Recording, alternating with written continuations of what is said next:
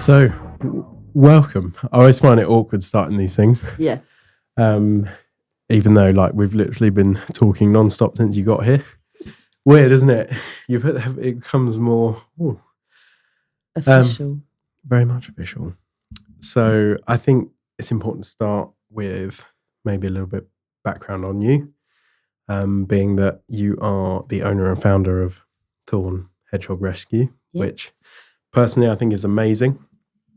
And we briefly touched on the fact that I don't remember, I think in my life, two occasions when we were kids, we found a hedgehog. And then the second time in my slightly sort of older life, and again, I can't remember exactly quite what happened to that hedgehog. But he hopefully went off into the hedge where I put him and is all okay. But yeah, so when did you start Thorne Hedgehog Rescue? So I found my first hedgehog since I was a kid in October of 2020. Couldn't find a rescue. Thought it needed rescue. Got hold of a rescue. Travelled over to Faversham, I think, and had said to the lady that runs it there, I couldn't find anywhere, and I was going to learn how to do it.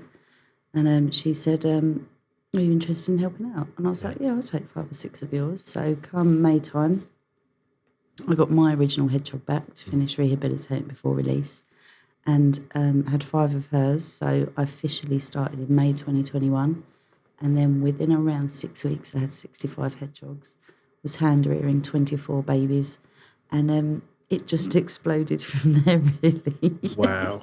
So did you just say in 6 weeks you had 65? Yeah. Yep. Wow. That first year, from the May to the December, I think I took 350, nearly 400 hedgehogs, something like that in the first year. Yeah. Wow. It just, there was a need. And I've just tried to keep up with that need since then. That's pretty much how I've done it.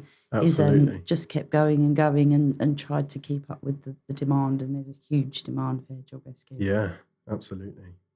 So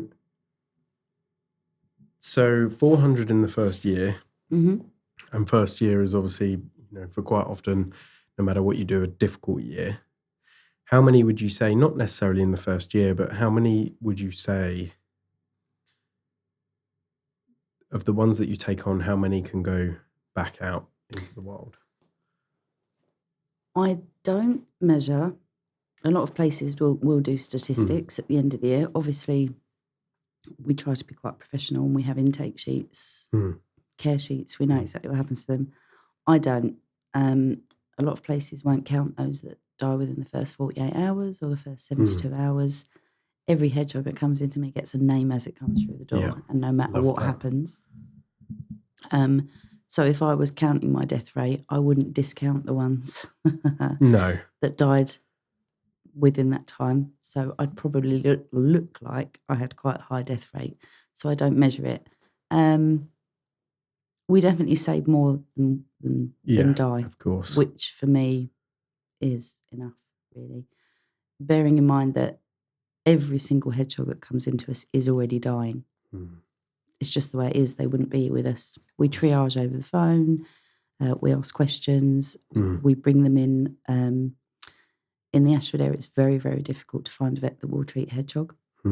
So we often take in hedgehogs that are really seriously injured that can't be taken anywhere else, even for euthanasia. We keep them comfortable and have them euthanized, as soon as we can.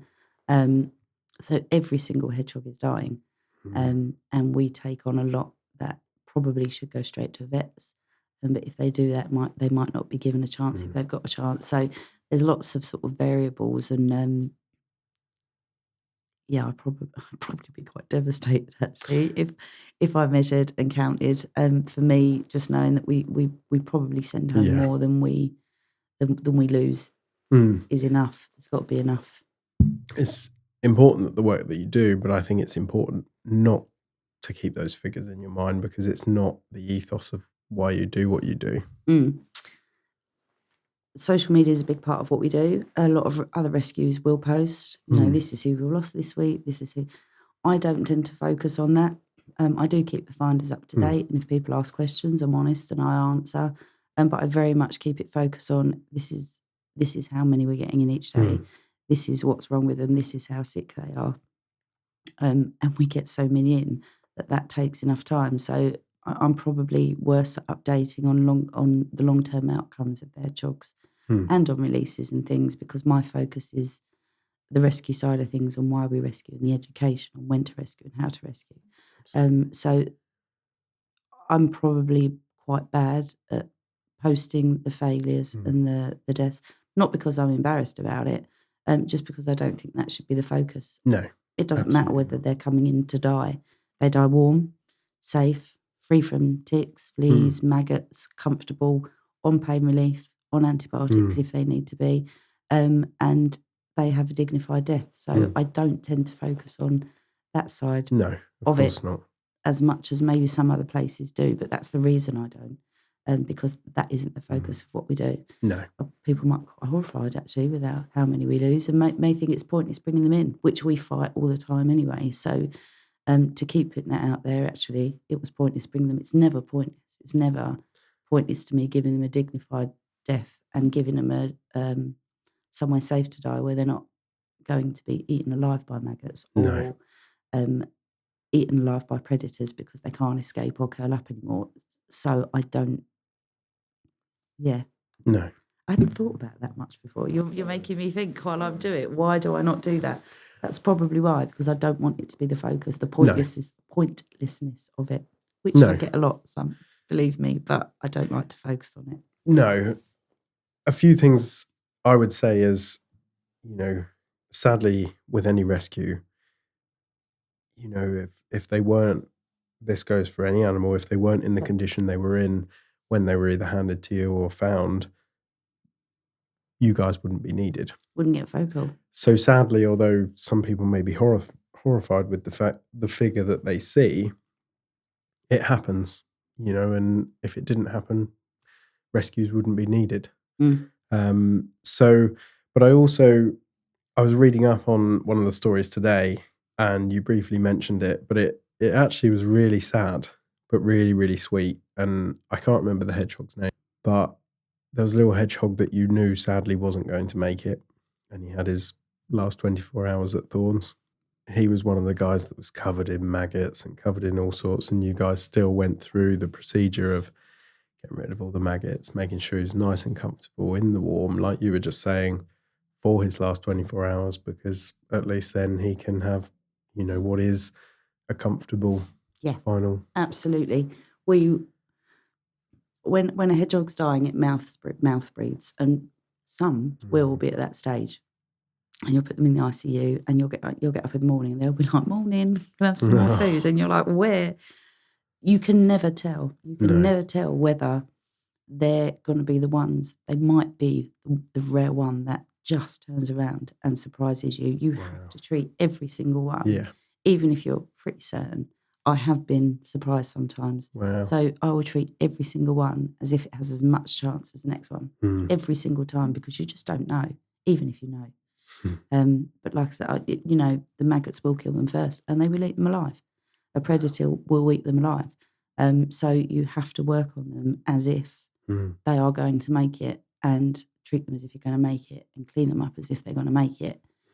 Regardless, we have them die on us while we're working on them, but they're being loved and cared for at the time. Doesn't matter to us, No. I get immense satisfaction from that. Of just, they get to a certain stage where they're panicked, they're scared. Of course, they're wild animals, and when you're working on them, at first they won't uncurl, and you give them pain relief, and they relax. They know that you're helping them. You can see them visibly relax. Some of them will look you right in the eye as you're working on them, and it's really upsetting. But they know that you're helping them. They just know. So even if they don't make it, they know they were being cared for. So I do get satisfaction from that. I enjoy that part of the job. I can't save them, but I can make them comfortable. Yeah, absolutely. And I think, sadly, it is part of it. So, so you volunteered at another rescue, which gave you the premise to start Thorns.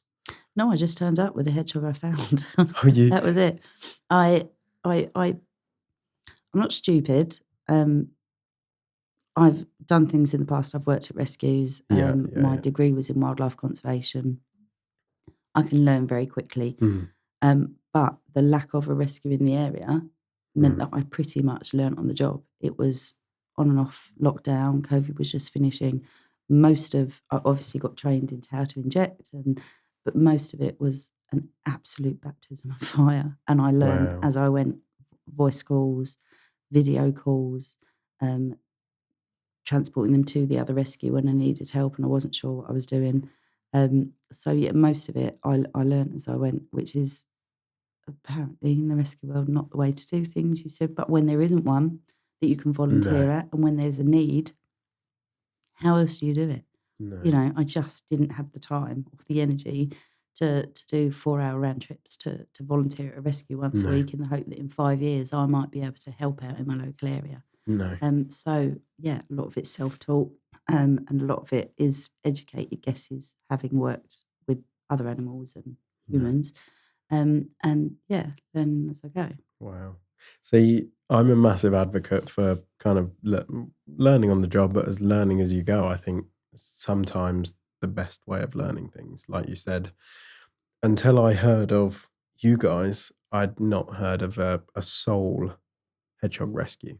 It had always been a rescue of everything, whether that be predominantly cats and dogs or, you know, more domestic side animals or, you know, like the wildlife rescues that cater for every wildlife. I'd never heard of a hedgehog rescue, pretty much. Weirdly enough, I think in England there are more hedgehog dedicated rescues and people doing it from their homes Mm, and stepping up for them than there are general wildlife rescues. is Yeah, there? once you're into it, it's weird how Yeah, until you need something, you don't know true. it exists. But there are hundreds and Mm, hundreds of people that are just doing their little bit in their local communities and finding that it's well known that hedgehogs specifically are one of the most complex creatures to treat. As a mm, predator species, they behave perfectly normally right up until the moment they don't. So it's very subtle signs. And as we were talking about before, mm. the testing that they need and the fecal samples and the internal parasites, which is one of the main killers of them, and getting to uncurl, Yeah, is something that vets just don't have enough no, experience in. There's no money in wildlife. It's actually been taken off the curriculum, I think, now for vets. really. For wildlife elements, it's optional whether they do it or not. So they just don't have the knowledge and experience. Mm, And the amount of hedgehogs I've had in from vets, yeah, everything's fine, just needs fattening up, and I uncurl them, and they've got horrific injuries that they just didn't mm, spot, because they're behaving perfectly normally. So they're incredibly complex creatures. So those specifically need those mm. focused little rescues because they are so complex and because they take so much time and Yeah. effort on their own. I honestly don't know how these wildlife rescues, especially sort of home-based Mm, ones, very small ones, actually cope with more wildlife as well as hedgehogs, because no. hedgehogs all on their own is 20 full-time jobs. So I've got so much admiration, but there are hundreds of little rescues operating at their Wow. own homes and sort of, plodding along, doing their little bit. Oh, amazing. Amazing. So touching on from that, you know, having done my bit of research on you guys, you've got an amazing setup. And I think that proves even more that if you are a home band, how difficult that must be. And I think we touched on it briefly before, but some of the incredible upgrades that are hopefully coming in the future. Can we sort of chat about a little bit about that Yeah, of again? course. So I originally started in a little coal hole shed thing on the side of the Yeah. house, 4 square meters, 65 Wow. hedgehogs. It was quite a year. And I decided it wasn't going to work. No. I had a workshop in the garden, sort of decrepit, derelict wooden thing. And I decided 5-year plan, what I'll do is I'll fundraise and we'll rebuild this, Wow. have it as the hospital, because I didn't really use it much anymore anyway. And then that would be it. Yeah. Within 6 months, I'd raised the money, and my son and I built it ourselves. We had it open by that October. I think I launched the fundraiser in May, and we'd built that by October. And then I came up with another 5-year plan to fundraise and design my hutches and have new Wow. hutches built. That happened within, I think, 8 months. Took me ages. 6 months for the building, 8 months for the thing.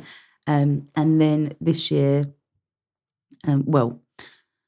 long-term plan, I'm already out of space. So 6 rescues, hedgehog-specific rescues in Kent have closed in the last year and a bit alone. There are very few of us. I have opened up another rescue in Dover, which is now run by a couple of ladies there, again from a home base, but set them up. We've renovated the building, set them up with hutches. And I sort of oversee that financially and what have you, and accounts. So the ladies there can the reason rescues are closing at that rate, it's a lot of money. It's a lot of work. Absolutely. You've got to fundraise, you've got to do the social media, you've got to do the accounts, you've got to, it is 20 full-time jobs. So the original rescue I went to, she went back to work, went through a separation, young daughter, she just couldn't do it anymore. She gave up. And I just had this thought of, we're losing these resources because people can't do all these things. And these hedgehogs all end up coming to me. So it was selfish based.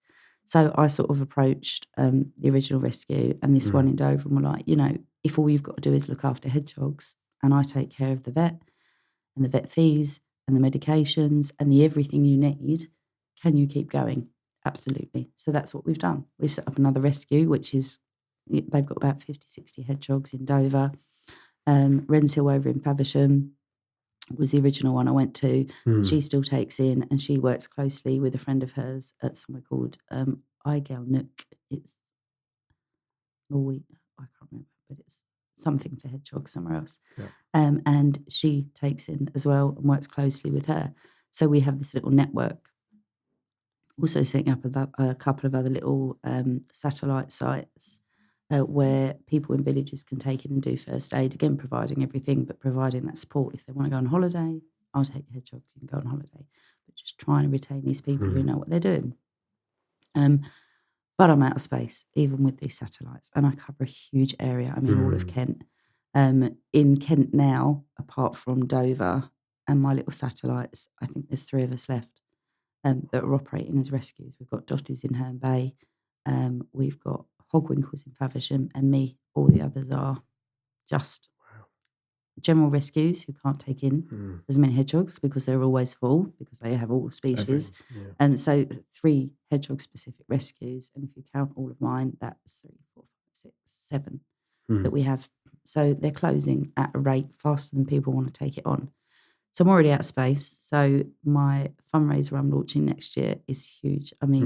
It may never happen. It may just be this dream. But if I don't try, if it happens, it happens. I think I know what And you're if it gonna doesn't, say. it doesn't. I'm looking for land. I want to build a dedicated hedgehog hospital, the only one in Kent. Have on-site vet facilities that, if I get the funding and I can pay a vet, that other rescues can use, because that is a huge amount of money that is spent for wildlife when there's no money in it and there's no funding in it. There's no central funding, no government funding. It's all done off the generosity of people supporting, which I am as well. We've got no paid staff. We're all run for volunteers. Even I don't get paid. So I don't want to be huge where it costs, £20,000 to run a week or whatever. I'd like to keep it this small thing, but they can bring their wildlife in to be treated because my vet's already paid for. And they haven't got to find this money, so that you're operating as this network of rescuers, because I just can't see how the future of rescue will work. Wildlife rescue will work unless there is that. And it not being an isolated thing where all the animals have to come to me. If people want to help. If you want to set up a rescue and be supported, I'll help you to do it. You'll have the vet facilities. You won't have to raise all that money. So that's the next big thing, which, I'm gonna go long and set it as a 5 to 10 year plan. if it ever happens. It may never happen. It probably won't. Well, I'm sure you said that about the plans. Again, there's the Hedgehog Hospital built within 6 months. Yeah. But for next year, we have got a vet on board. We've got one that's willing to work with us. So we are extending the rescue. I've got an old woodshed attached to the hospital. I was trying to keep as a store, my shed, but it's not going to happen. I've got too many hedgehogs. So we're going to convert that into an operating theatre where the vet can actually visit on site and has the facilities to be able to anaesthetise that on site. It's his dedicated, but he can actually come in with the hope, and I've approached a couple of other rescues. Would you want to use it if it was available? And absolutely yes. So that's the next little goal. And then we've got the huge goal of this incredible site with secure gardens for hedgehogs that, can't be fully released to wander around and be free little hedgehogs one day. No, I hope you get there. I really do.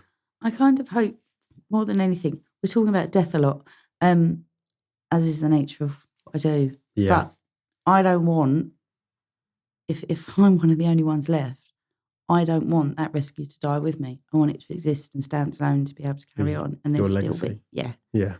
Not even for me necessarily. No, not that I've left it behind and I've done all this work.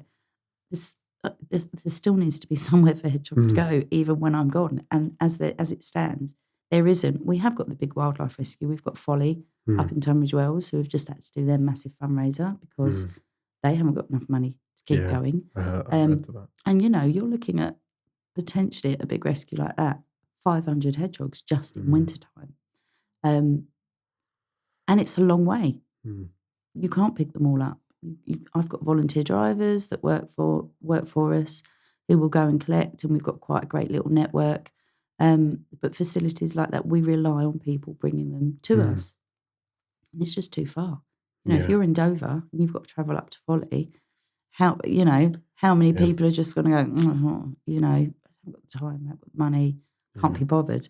If they make the phone call, which is something in and of itself for a lot of people, quite happy to make the phone call, wash their hands of it. It's your problem then, otherwise they'll just crack on. So we need to be able to get them to the facility, and whereas Folly will try, we need them in more areas to be able to facilitate that, because it's an impossibility to do otherwise. For these rescues to be rescuing all the time from all four corners of Kent when you're in one corner of Kent, or people to be delivering them that far away, people just don't want to do it, or they can't. I want it to there's still to be somewhere for them to go, because there isn't anywhere else. No, that's why we exist. The perception of you take it to a vet's got to treat for free. Their care of duty is to end an animal's suffering, and they don't have the facilities for long-term care. Again, the vets don't have the experience. Most are owned by corporations now. There is no money in it. Whatever it's based on, it's not just one thing. I'm not going to say vets don't want to do it. I'm not going to say there's not enough money in it. There's a lot of reasons. Vets aren't confident to. They don't know how to. That's why rescues like me exist, because there is nothing in between. You leave them, you take them to the vet, and they get put to sleep. Or you might get lucky and find the one vet that is able to treat it. But they always have to send them on for ongoing care and for release. I work with a lot of vets that send them over to me because they just haven't got the long-term care to be able to keep them. And 500, where are they going to put them all? So we exist for a reason. And if we all disappear, there's going to be nothing left. Nothing left. And as it is, we're looking at the latest estimations, is hedgehogs could be extinct within 10 years. If we don't do something now and do it quickly and get the ones we can back out and at least having a year's worth of babies, then there'll be no hedgehogs left at all. No. So, there needs to be, I just want somewhere for them. I'm pretty sure my kids aren't going to take it on for me afterwards. No. Totally not interested. My son's highly allergic. Wow. And my daughter, she's pretty good. She'll help me out. But she's not quite as keen as I am. No? No, she'll do the runs here for me. But she's not quite as keen on them as I am. But she'll help out when I need it. But we actually got all my protocols laid out and that. And we actually have a sheet of paper of if anything happened to me, who she can call to take all these hedgehogs off her Oh, hands. Because the thought of being solely responsible for Yeah. them terrifies her. Where it goes. it's yeah. I always equate it to almost me and my brother, completely different. I always find that weird. How you can be from the same family and just be Exactly. so different. So different. But it's one of those things, and yeah, I think when you said that, I can imagine the thought process of, oh my god, what do I do now? Going through and thinking, oh, Yeah, and that would be her first thought. Oh my God, something awful has happened to my mum. It wouldn't. She would be like, oh my God, what about those hedgehogs? Yeah. I can see the panic in her eyes and hear it. So yeah, no, she's got a list of phone numbers who she can call to Yeah. just take that problem off her hands if she needs it. Yeah. So my next question, before you and I met, I had an idea because I often read about hedgehogs becoming extinct and the numbers that are left in the UK. And I had this idea. Have you ever seen those green fences? The green metal fences, quite short, probably this table high. I thought of fencing off an area, letting it go wild, and using that as somewhere to release hedgehogs. I was then met with someone who said to me, you can't release them all in the same area. Yeah. Is that true? Yep. So an enclosed area like that, one, they're inherently wild. Hedgehogs like to roam 2 to 3 miles a night. Huge Wow. areas. Huge That's areas. incredible. And they need to mix. Otherwise, you're going to get genetic bottlenecks. We're already seeing a rise in lack of genetic diversity because populations are becoming so isolated now. Wow. So they need to be able to cross over and mix to be able to breed. Enclosing them is just something that stresses them out so badly anyway. Yeah, and I suppose if the area was big enough, you could, but Yeah, not 2 to 3 miles. I was Yeah. thinking like 3 acres or somewhere. But yeah, not we do have disabled hedgehogs, blind or 3-legged, and there's questionable welfare issues on whether they should be kept captive because they're so inherently wild. There's the 5 freedoms for wild animals that we have to consider as well. And I will consider putting them in secure gardens. We keep males and females separately because, again, there's welfare issues about if they're disabled, can they escape when they need to? Although they're not territorial, males will tear chunks out of one another over a female. So, therefore, you're just stressing them out and increasing the likelihood of that. And quite frankly, why should we? Why should we? They need to be able to find the areas they can survive in by themselves. It's not just whether they've got enough food or enough of anything. They choose it. You can. I get people ringing me all the time. Oh, could I please have some hedgehogs? I've got the perfect garden. It's 3 acres. Really? Absolutely, all the time. And I'm like, have you got current hedgehogs? Well, no, that's why I want some. Then I can't release them. There's a reason they're not there. They choose it.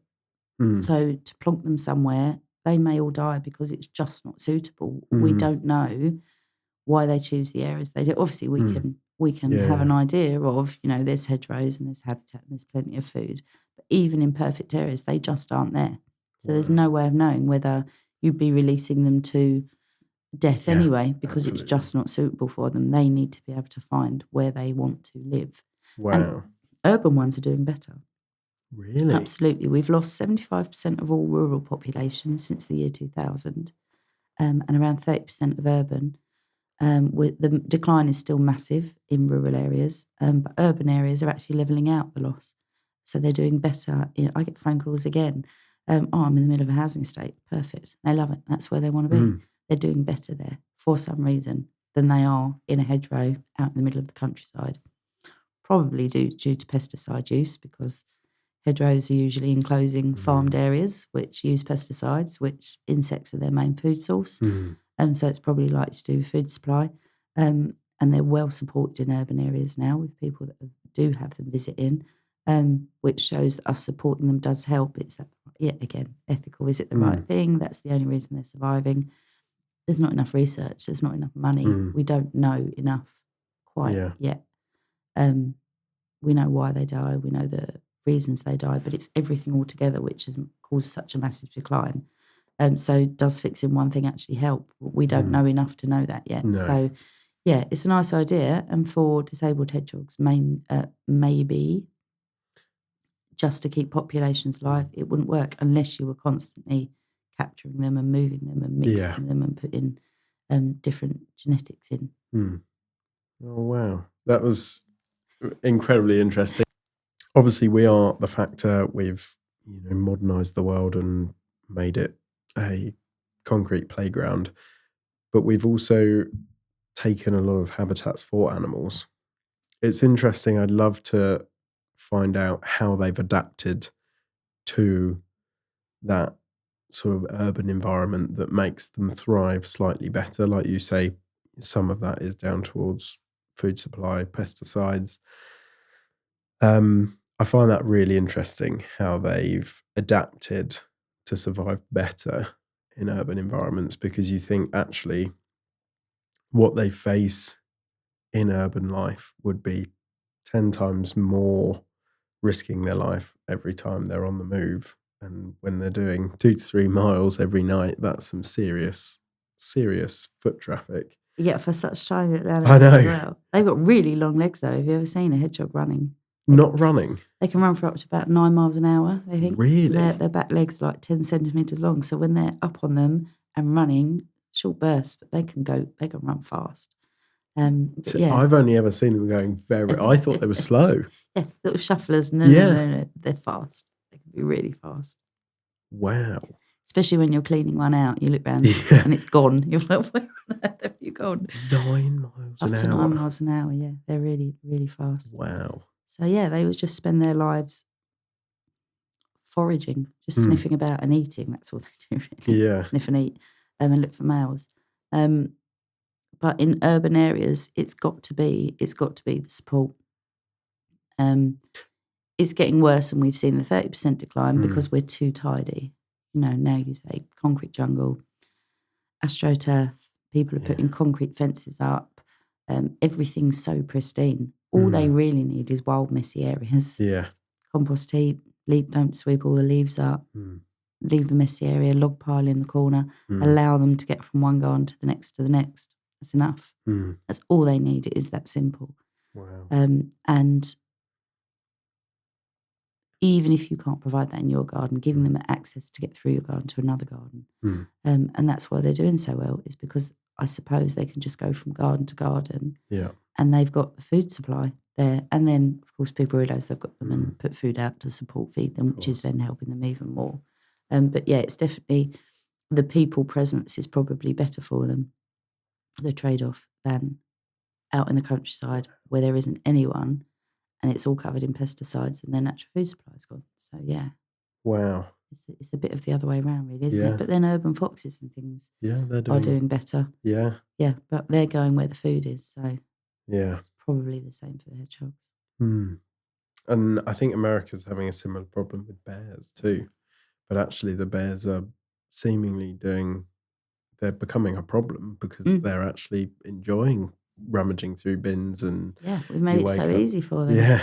Seagulls, never seen on land up until the point we took all the fish out of the sea, and now they're prolific. Well, actually, I think that they're threatened now as well. Herring gulls Really? are on the threatened list because they're becoming rarer and rarer. Because obviously now we put all our food in lidded bins and things to prevent rats and rodents and things. So their food supply is becoming scarce, which is why they're attacking people more, because they're not getting as much rubbish lying about for them to be able to eat. So yeah. Did you read the news article in Dover where a seagull actually, I don't know how true it is because I know chihuahuas can get quite small, but this seagull came down and picked up a chihuahua. Wouldn't surprise me at all. I lived in Folkestone for 12 years beforehand, and they just don't care. My daughter was sitting on a seawall, and her best friend went to take a bite out of a burger, and it flew between his face and his hands and took the whole thing. So, you know, Wow. if something's small enough and looks tasty enough, then it wouldn't surprise me. And they're desperate enough, then Yeah. yeah, they're going to go for whatever they can get. Wow. Bit scary, isn't it? Yeah. Lock up your chihuahuas. Look up you definitely. It's like when I read it, at first you laugh because you're like, there's no way It's a so seagull unbelievable, isn't it? But would can you imagine maybe. how horrific that must be to be able to have seen that? But you know, as the food supply depletes, as we are locking it up in our bins and Mm, things, you know, they are going to get more brazen. They are going to mm, take more risks. They're starving, mm, you know, and they're feeding young. And this, you know, they're just going to take whatever they can get if they're desperate enough, I yeah. suppose. Sadly, Yeah, no, absolutely. Absolutely. Um, so how many hedgehogs that come in would you say are there? Is it difficult to treat hedgehogs because of how spindly they are? no, I don't think so. I No, can pick up hedgehogs without without issue. There's do you, kind of a trick to it where you grab them and you pull back.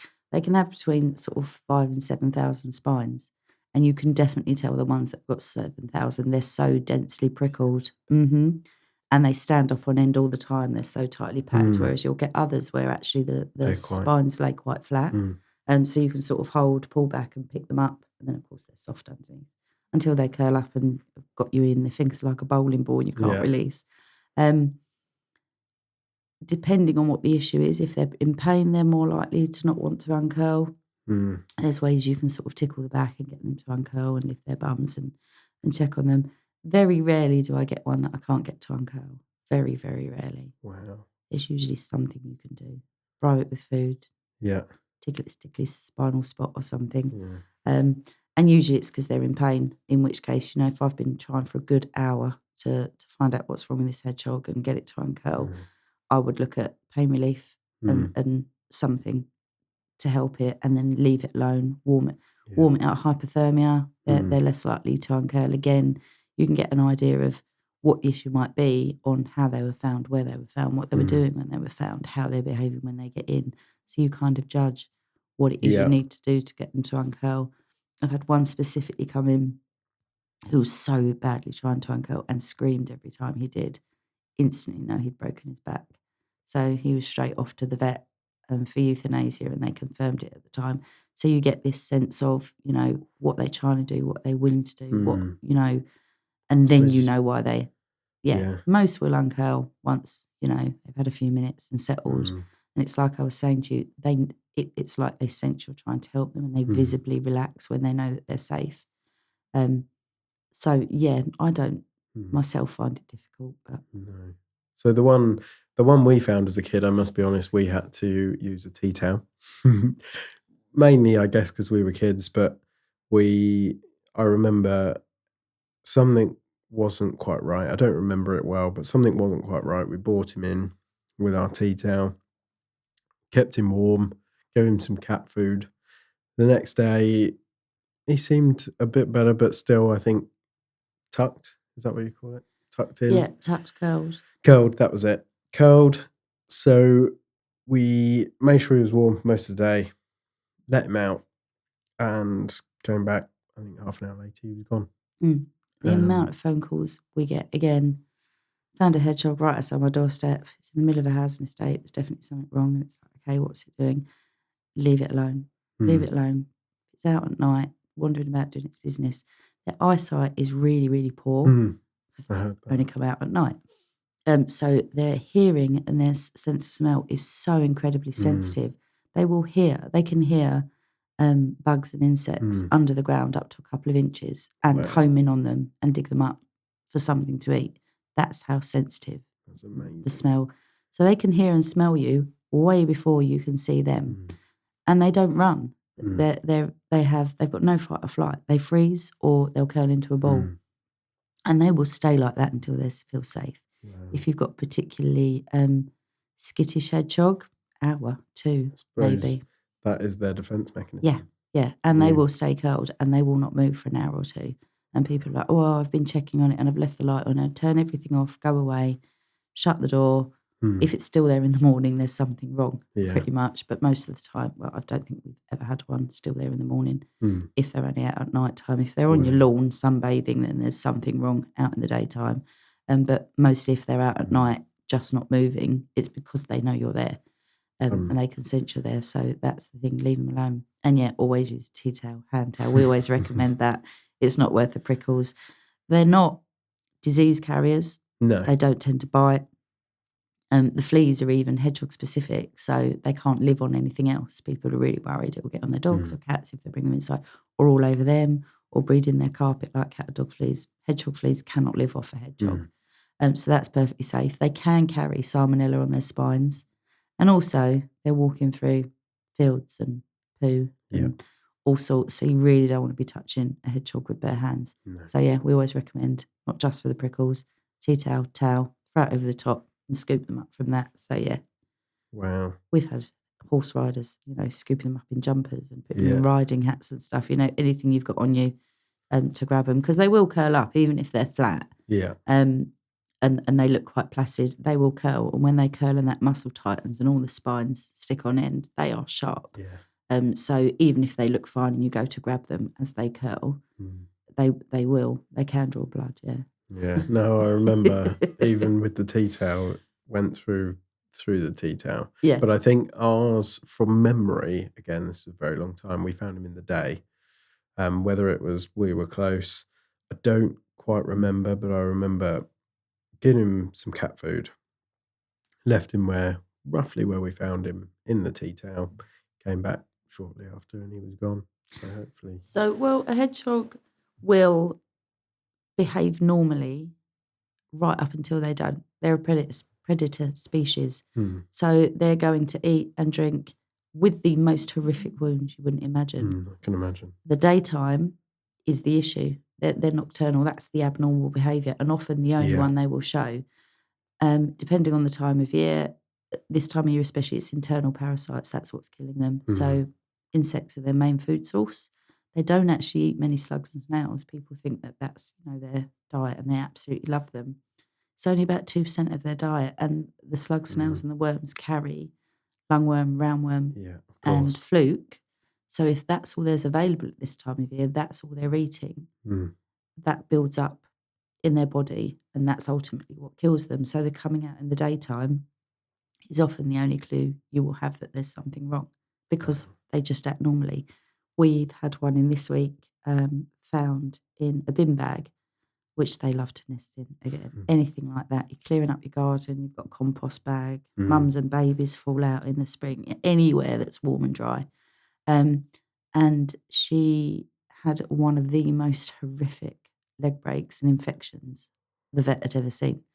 She was operated on yesterday, and the infection and the resulting stuff was like in her abdomen, and she's had to be all cleaned out and all the tissues necrotic.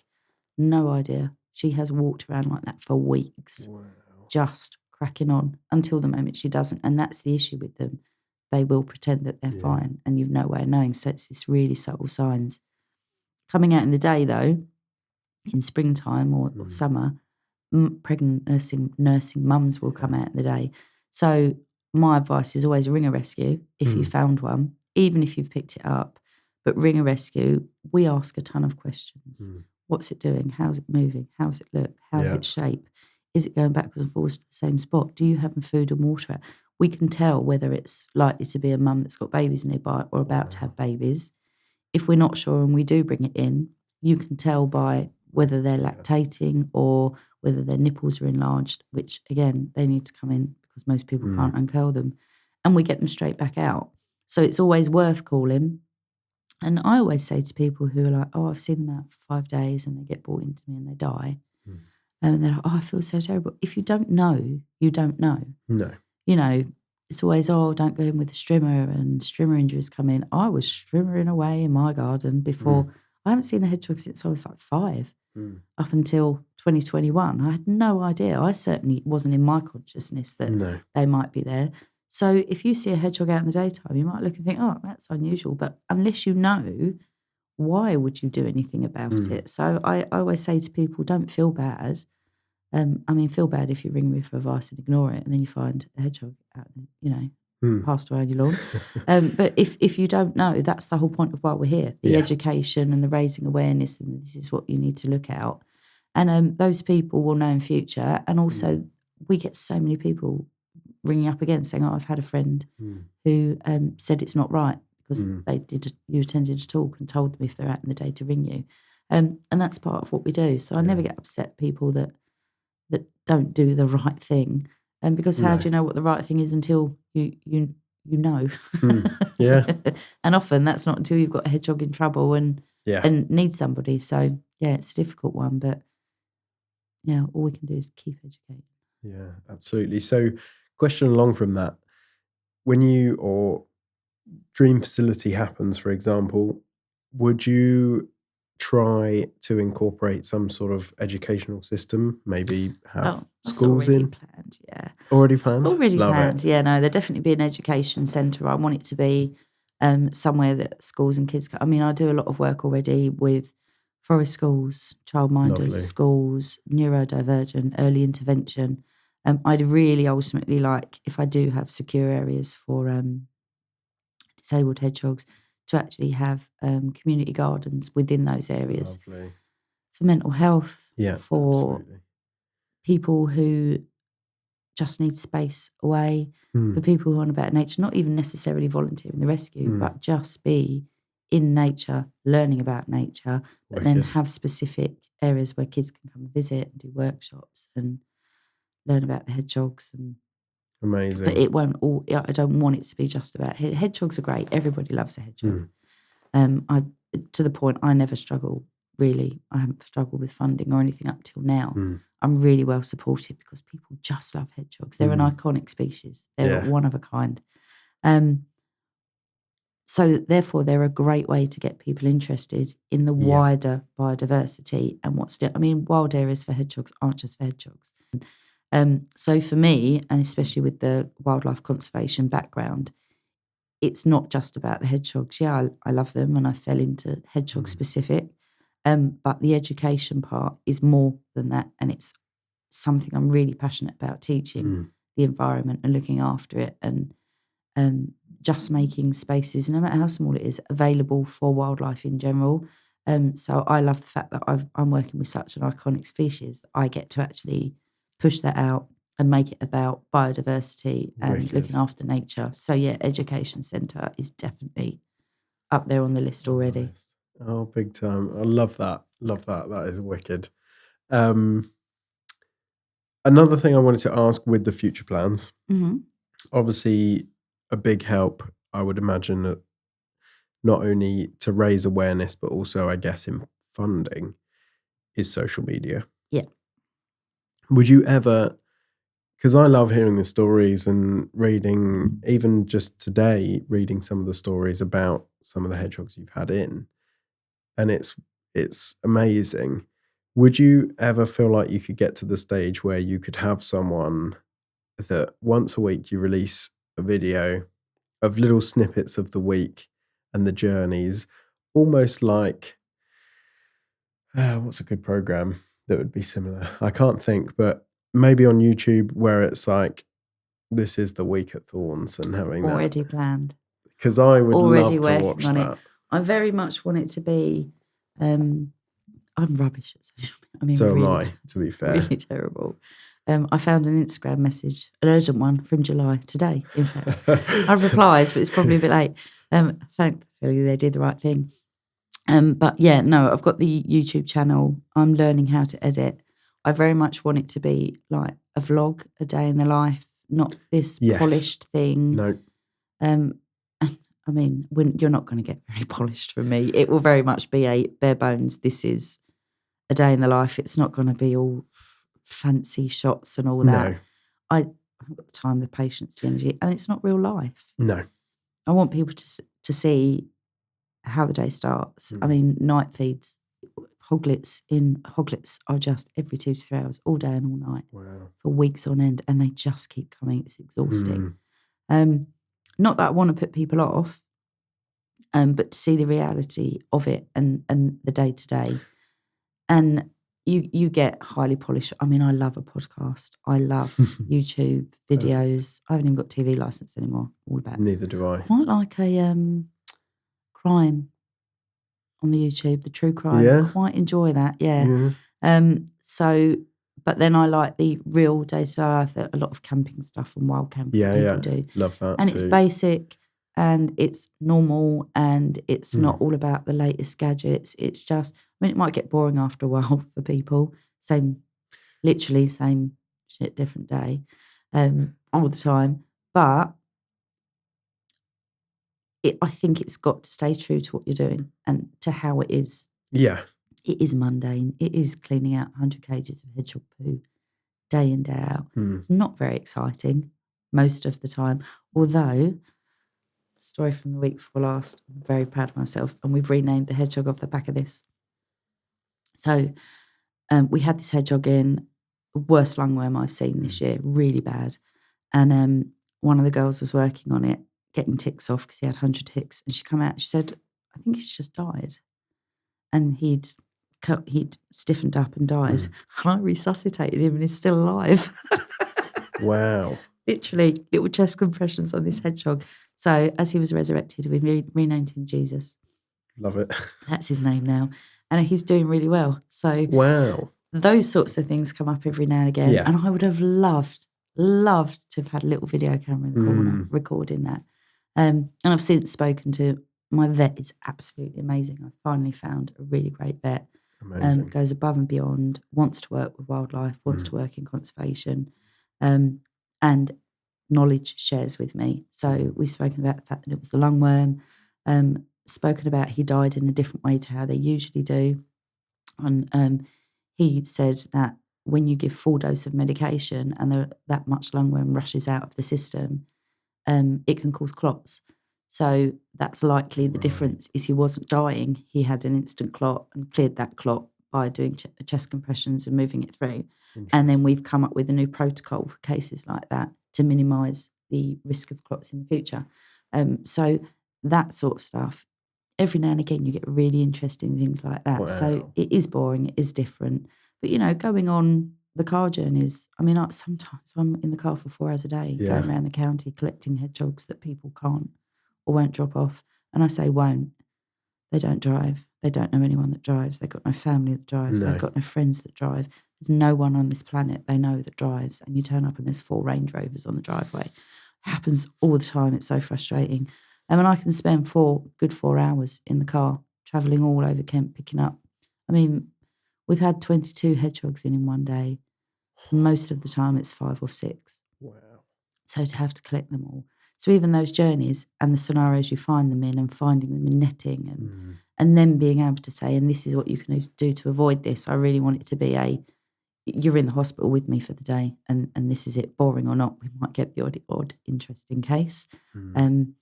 And not teach people, but just show it for what it is. So yeah, it's already in the works. It's just, again, another full-time job on top of the 20 full-time jobs. And I've got to learn it. Yeah. I think the difficulty with, you're the hub of everything you've done up until this point. And that's what I would say is having, and I had it, I've still got lots to edit and I do enjoy the process, but it's slow. I wanted it to be one a week. I find this a lot easier to edit because it's based on the vocals and when people are speaking and cutting in the different cameras. Really easy. The difference between editing for something like YouTube, you're recording all the time because you don't want to miss that one time that you resurrect a hedgehog. I would, yeah. Exactly. I would. And then you've almost got to watch that whole bit to find, or maybe not in the resuscitation case, but if you're doing something and something's not completely obvious on camera, you've nearly got to watch the whole clip for those little moments that you're like, I want that in there. That's the hard bit. And I'm a complete, you might not have realised that I'm competitive. Go all in, complete and utter perfectionist and want everything to be just, has to be right. So I worry that I'd go down that rabbit hole and never return. It's easy to do, which is why I think always keep true to the realistic side of what it's like with what you do, because I think that's important. I don't think anyone should glamorize the idea of having a rescue or rescuing hedgehogs, because that's easy to do. They are very, very cute, but that's not the realism of everything that you do day to day. It's hard work. You know, we spoke briefly on WhatsApp about your birthday and, you know, the nature of your birthday, when ultimately you probably would have loved to, I don't know, have a lovely. Oh, I don't know. I did get offered a day off on Tuesday, and I was like, No. what would I do? Yeah. You'd What be would I sat do? somewhere thinking about being back with the hedgehogs. Yeah. And I take all the phone calls. I do all the advice over the call. It's Yeah. 24 hours a day, 7 days a week, 365 days a year. And I mean, I get phone calls at 3 a.m, you know. So you're never really off anyway. You can't, you know, my friends, well, she's quite good. My best friend is quite good at telling me when I'm being a complete and utter bore. But the phone goes off, I have to answer it. You know, there's nobody else doing it. So having to do all that on top, and I do the accounts and for all the other sites and all the ordering and all the stock taking, there's so much to it. But again, I think that would be really interesting to show. So one of the ideas was to have a camera just in the corner of the rescue, just to be able to catch day-to-day stuff and then do bits in between on the odd rescue that we're doing. And then also potentially having cameras within a couple of the hutches. But then there's also this real fear for me that people will think they can do it at home. I've seen it on YouTube. I've seen what she does. I've seen how she gets them to uncurl. And yeah, this one's absolutely fine. So there's always that risk of showing too much. But then I kind of want to show everything. But yeah, I think you're always going to get them people anyway. I'm one of these people. I found a hedgehog and was like, I'll do it myself. Yeah. And here I am. But then there's educated. I had knowledge without realising I had it, I suppose. Yeah, absolutely. With my degree, I was working with microscopes. Before I had the rescue, I was working in microbiology. So working in, you know, with human fecal samples and MRSA and working with the lab environment. So a lot of it I kind of knew anyway, which is why I found it so easy to learn the way I did. But there are a lot of people out there that are experts and insist that the hedgehog they've been seeing out in the day for the last 4 days is absolutely fine, and they eventually find it collapsed on the lawn and it's just been dying a very slow death. You know, so you have to be really careful what you show. Yeah. And I worry that in the process of wanting to show it true to life, I'll show too much and that will be a consequence of it. So that there is a balance in there somewhere. I'm just not sure where it is. I think it's difficult, isn't it? Because I think it's important. I think one of the biggest things was, if you were to glamorize it, everyone would be like, "Oh my God, that's so cute. Let's start a rescue. Let's have all these hedgehogs." Yeah, I want one as a pet. Yeah, I think that's why, in a lot of ways, it's very important that it stays true. But equally, that's an interesting counter to, okay, if it stays true, it will potentially show everything. And within showing everything gives people, or some people, the idea that, okay, I'll just watch 100 Thorne Hedgehog Rescue videos and I'll do this. Yeah, I'm on it. I'll be able to do it myself. Which is the risk. It's a big risk. I think I would love... I think the benefit would outweigh the risk. I think...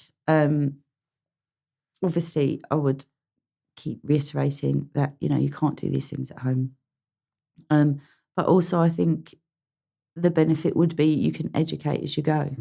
And you can explain that they're complex and you can say, you know, I think it's just going to take, I'd love it to not only be an additional funding source for Thorne Hedgehog Rescue, but I would also love it if you could eventually have someone on board that can almost not necessarily follow you around, but I think the natural moments of you know, driving around trying to find a place or trying to find a hedgehog and the resuscitation, for example, those natural moments that, yeah, all right, if you had a camera in the corner, you're going to capture, but you're not going to capture it in the same sort of third person element that you'd want to. Yeah. Because what I imagine is you guys resuscitating and seeing that hedgehog almost come back to life.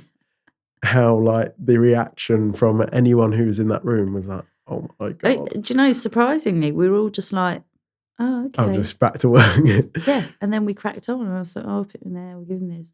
And it was really weird. I think it was so unbelievable. We were almost like, well, maybe he didn't die then, you know, because Of course, yeah.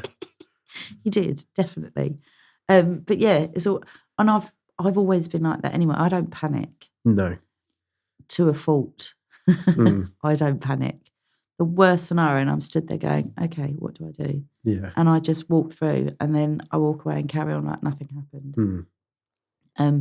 So all these, you were talking about stories and asking about defining moments in your life and funny stories, and I don't have any. I can't say to you, oh, this happened. Yet in general conversation, apparently I've got quite a few, but they're just like, well, it just happened, and then I just got on with it, kind of thing. So I often think my vlog would be very, very boring. But on the flip side, I think there's quite a few people that would be like, oh my God. Yeah, I think so. What on earth just happened? And you just like strolled off like, like it's just another day of the week. Well, it is another day of the week. That's the point. So no, yeah, I would, again, I know in order for it to work and be viable, enough for me to spend my time on it, I have to be able to spend the time on it, which is an issue. I would love it to be this income stream that can pay a member of staff. I just can't go on the way I'm going. And I would love it to sort of be a background. This vision of, we just take a video and, you know, and then it earns its own money and we can do this. But it's not going to be like that. It's going to be a lot of work, especially initially for me to put in while I learn everything. And I know it will get quicker. I know it will get faster. So maybe I'll start with once a month. Maybe I'll start with you'll get a video when you get a video kind of thing, and then build it from there and see how we go. But I'm not a video person. You know, I remember when I'm old enough to remember where there wasn't a computer. So for me, turning on my phone, you know, these people that capture, you know, like breaking news and there's this stabbing in the street and they've got a video of the whole thing. I'm still getting my phone out of my pocket and working out where the camera thing is, let alone switching it on and actually take. I don't know how people do it so quickly. No. So I'm just not one of these people that thinks to capture it. No. And that is something that does take time. I'm very much the same. And people are like, oh, you went to such and such. Show us some photos. And I'm like, I was meant to take photos.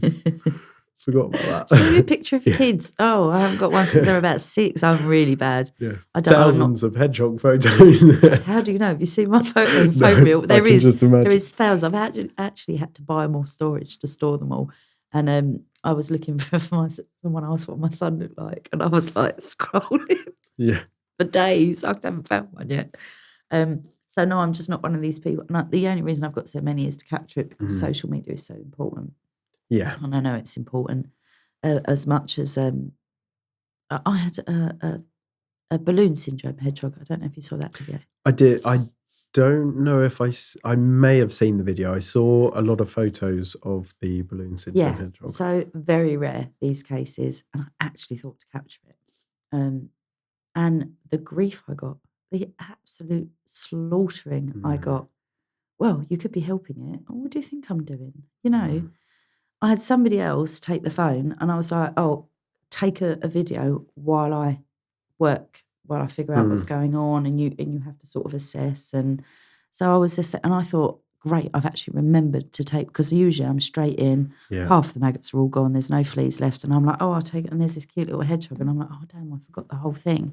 So I'm definitely not one of these that is all about, put it on the internet for clout. I forget half the time. Yeah. And the one time I did remember to do it and get somebody else to do it while I was working on the hedgehog, I got absolutely slaughtered. And I love a troll.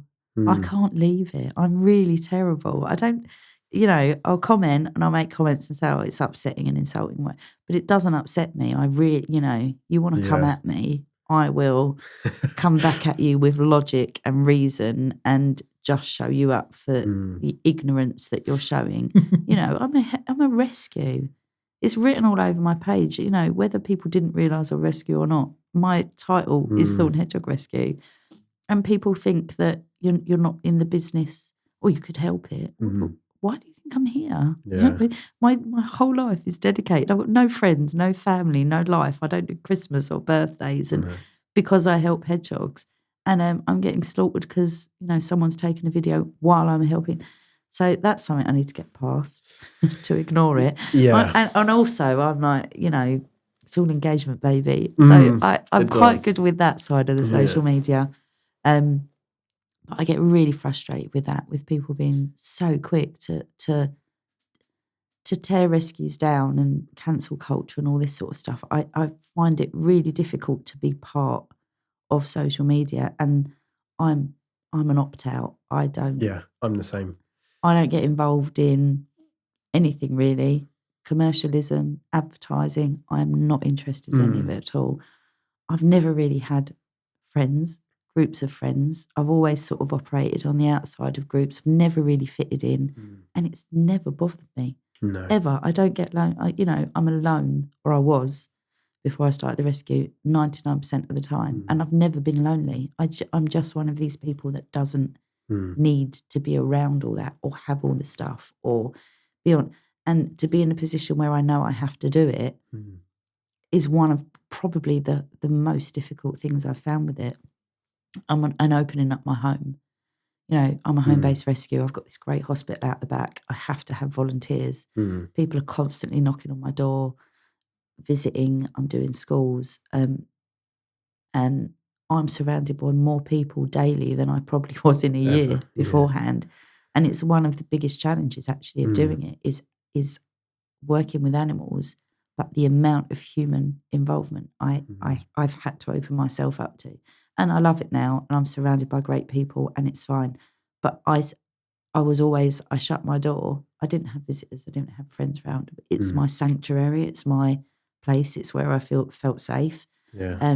So to have that opened up to so many people, and then this idea of opening up myself online, to a certain extent, I get to hide behind the Thorne Hedgehog Rescue banner kind of thing. Still don't do social media myself. My Facebook is barren. It's one of the elements I find very, very difficult. It's odd. I find the internet an odd place. We had it not that long ago. There was delivery driver at the gate. The place shouts business. It's a business. The gate has an intercom. Delivery driver launched a package that had fragile tape all around it over the gate. I think I saw your video. Yeah. Got in the van and left. And so we had a thing, and actually the notice of the package actually said it was delivered miles up the road, and a picture of someone else's door and their dog sitting at the door, not our place at all. And so we were like, that doesn't. So we rewound it only because it was someone else's front door, and then see the guy launching the parcel in the rain straight into a big muddy puddle, and you're like, oh my God. So posted it, not expecting it to go absolutely viral to the point where we deleted it. What dictates what goes viral? I mean, I have had some awesome videos. Yeah. And then this random one, I was on TikTok, and I mean, I'm talking 120,000 views. Why, how? I know, it is odd. It is odd. But yeah, I saw the videos and I saw some of the comments, and people were just so rude because you dared to complain that I know. How dare you not get out and help the man, lady? And we're like, we didn't know but you can't explain it. And then you get other people trying to explain it, but the people are just so in their own world that they can't even accept an explanation of they've clearly recorded their CCTV. And the lady's like, well, I just don't see why recording the lady. You can't go down and help her." And you're like, You've heard of CCTV? "Is it Yeah. what?"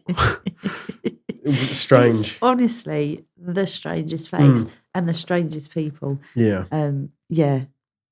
And I suppose one element of not being overactive on social media is it scares me a bit to that extent, actually. I think that side of things. And I know you can ignore it and I know you can do this. I always live in fear of, I've seen other rescues and there are no regulations or standards to work to or anything. Anyone can open a rescue. It's horrific in this country. Exactly. And it's happening more and more. You know, great places are being reported. But I have this huge fear that there's going to be some tiny thing set in the back of a tiny video of the most mundane thing that I haven't thought of. You know, like a towel that I've thrown on the floor or something that's covered in hedgehog poo because that's where I lobbed it when I was dealing with the hedgehog's leg falling off or something. And I'm either going to have to explain myself about that. The maggot one we were talking about, where you saw, and the comment, I was called an animal abuser on that one. Absolutely horrific, the abuse and how I should be ashamed of myself and I deserve to die for letting an animal suffer like that. And I'm showing dead animals. And I'm like, no, it's very much alive. I wouldn't show a dead animal for a start. And I dealt with it fine. I was great, quite enjoyed myself because they were so illogical in what they were saying that coming back with reason, they ended up deleting all their things because they just made themselves look stupid. I'm terrified I could get shut down just because of cancel culture or something. So, and I know it's not going to happen. They've got regulations in Scotland and Wales, and I already work to their standards. I already have a massive manual of protocols and how everything's done. Because, you know, it sounds a bit up myself. I want to be a centre of excellence so that when and if regulations do come in, I'm set. I'm good to go. There's no stopping me. It's already done. What you need paperwork. I don't need 6 months. Here's the file. So I know, again, overachiever and way over the top in how I run things. But I am terrified that by opening up to that extent, I'm going to open myself up to, and I've got nothing to be afraid of, investigations and things, just the hassle of it. And it'll actually affect my care of the hedgehogs, me being able to care for the hedgehogs. That's what worries me. But like I say, I've got nothing to hide. It would just be something else I had to deal with. Yeah, there is that. That's a big one, actually.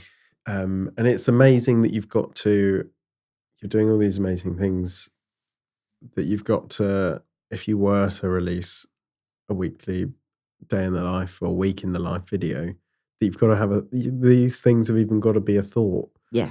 You know, and I always find, and it's the same with the podcast, actually. I don't always say the right thing or it doesn't come out in the right context. We're human. We make mistakes.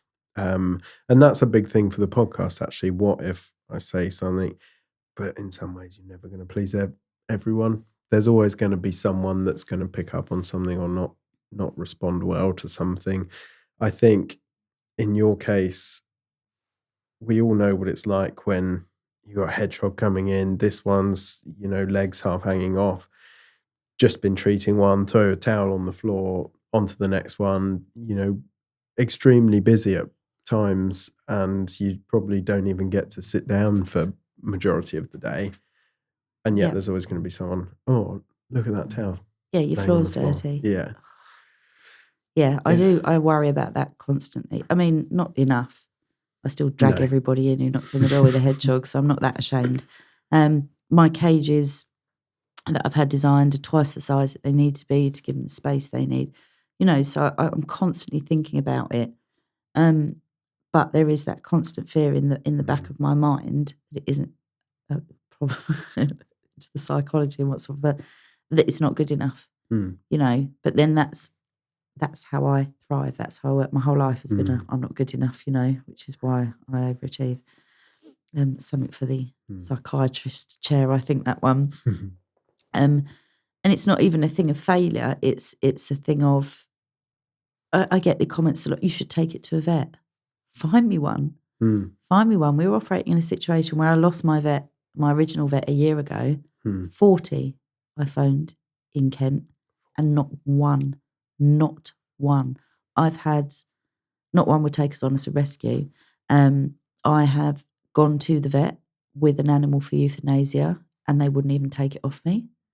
I have phoned multiple vets when others have closed with an animal I know needs putting to sleep immediately. Have you rung Thorne? No, I am Thorne. I'm ringing you because this hedgehog needs to be put to sleep. Well, can't you ring? So the constant and then I'm having to try and explain that to strangers on the internet and waste my time doing it, or I look like I don't care enough to get an animal to a vet, So I have to explain to a certain extent, but then it's not as, people just don't get it. It's not as simple as that. It's not as simple as, oh, that needs to see a vet immediately. Great, find me one. My vet can see our hedgehogs on a Wednesday. That's it. So, we get one in on a Wednesday night. We have got to try and keep that animal alive and comfortable for a week. Or we take it to the vet and it's put to sleep. Perfectly savable hedgehog. And it's just the nature of it. And that's what we're working. And that's if we can find a vet at all. So you can also come across as if you're not doing enough. And if you put it out there publicly, you're not doing enough, which opens you up to criticism and maybe to abuse. Maybe it is better to put them to sleep than have them suffer. I don't know what the answer is. Or you have to engage to explain yourself. You can't just leave it hanging, or I'm putting images of dead animals up on the internet. I have to explain that, no, this is alive and I'm showing you what they suffer. And not only that, what they can survive from. That was the biggest one with the maggoty one for me. It was horrible and horrific and really gross. And it survived. And so many people may have looked at that in the wild and gone, leave it. The amount of people will walk past a hedgehog, let nature take its course. Oh, okay, yeah. Next time you need antibiotics for your chest infection, and it's that simple, bit time aside, let nature take its course. Let's do that, shall we? When all people have got to do is pick them up and make a phone call. That's it. But in those sorts of states, they look and they think there's no chance, there's way past. Don't even bother taking it to a vet because they'll probably put it to sleep. They can be saved even at that late stage in the day. It's so important to get that out and how resilient they are. They're incredible creatures. I could talk for hours just about how many horrific wounds, lawnmowers gone over the top of them, open, and how they recover and survive from that is just incredible. Just incredible. And like I said, the ones that come in and you're like, I won't be here in the morning. And then they're up in the morning, bit pain relief, few antibiotics, get on top of the infection, and they're like, yeah, can I go, got me food. And like nothing happened. They're incredible. Wow. So trying to find that balance is really difficult. But like you say, there's always going to be people. Yeah. I could make it as clear as day. And I'm told I'm pretty good and pretty direct and succinct at getting my point across. And it's quite difficult for it to be taken the wrong way. And still people will. And I think I've just got to accept that's always going to happen. Yeah. Yeah. I think any social media presence, you've just got to take it. Toughen up. It's one of the things I'm very nervous about when these all go live. Yeah. Because I think everyone's a critic. I think also sometimes it's hard not to take it personally. Yeah. And I think online it's very easy to type something when you're not held accountably. How there is another person on the end of what you're typing. Yeah. And, you don't know fully the personality of that person or how they're going to receive that. And I mean, can you imagine being the type of person that sees a hedgehog rescue that is unfunded, works for free, is run completely by volunteers, runs on donations? What sort of person sits there and says, oh, you're an animal abuser? And you're like, and looking back at it now, I commented and was quite succinct and kind of got across what I want to say. But looking back now, what could I have said to someone that even initially thought that? The place where that's coming from is so far removed from reality that no matter what you say, reality will never occupy their orbit. It just won't. So I could say whatever. And I thought, why did I bother? No, true. I mean, I might have help some other people understand from the perspective of a rescue that spent their whole life saving hedgehogs. But those other people probably wouldn't have thought it. No. They're probably sitting there the same going, where on earth has that come from? So, yeah, I think you have to understand you're dealing with people that don't want to be educated, that don't want to understand. They just want to lash out and be spiteful for the sake of it. And you're never going to be able to explain. You're never going to get an apology. You're never going to be able to explain your point of view because they don't want to hear it. They've already got your point of view. You're a rescue. And if they haven't got it at that point, I think it's probably. But again, I have this fear that will then, ignoring it or not saying anything or not clarifying, will turn into ultimately my rescue shutting down. We had it not long ago. Something was posted by one of the rescues on Facebook, and it was to do with money, when the money went. And that one comment, it was innocuous. It was a snide jab about something from someone I knew personally. No. And we all know personally. Yet that one comment could knock the confidence of the people that donate to that rescue, ultimately shutting it down because donations will dry up, which then will knock onto my rescue, which ultimately people will lose trust and ultimately shut me down, which then there's nowhere for their hedgehogs to go. And I was so incensed. I mean, I was so angry. I was crying. I was so upset about it because that one little public comment, one little line, could have had such an impact, and they didn't recognise that it could. But I can see it. Transparency and trust, and one of my big things is every penny that people donate goes into the rescue and goes towards the hedgehogs. And that's always going to be my philosophy. If I get staff, it will be through funded grants. If I get money to do stuff, it will be through YouTube channel or through Twitch streams or through, it will be another way. The money people donate and the things people donate will always go to the rescues. Individually, Little Urchins do a lot of fundraising themselves, and they've managed to purchase, I mean, things that I couldn't afford in my first 3 years. They do here and there, and they have the main bits taken care of, the meds, and we've renovated, and you know, I've done that and paid for that, and they've been able to use the money they get donated to kit it out with ICUs and all the extra bits, which I love to do. The money people donate to there is going to them, to the hedgehogs. And it was just some comment that the money donated is coming to me and I'm spending it on my rescue to make mine great, and basically leaving them not being able to afford the things they need. And I was just so upset about it, just so upset. And how do I not address that publicly because of the knock-on effects and the confidence and the transparency and the trust, while also accepting that's come from somewhere spiteful, just for the sake of it, just to cause trouble, and there's not, I can't find that balance. I find it really, really difficult.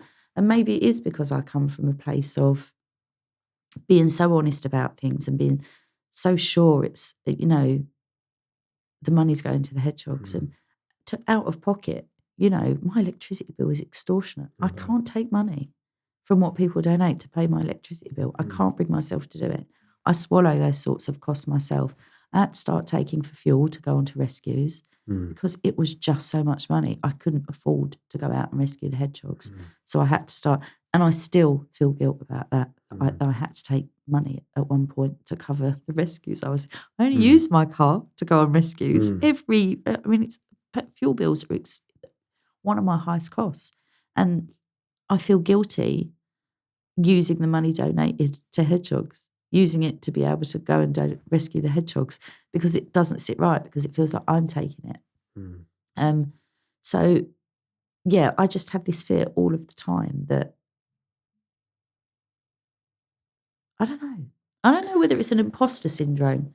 I talk to people about this all the time where I've found myself here so quickly and so suddenly, and I'm pretty much one of the biggest rescues in Kent.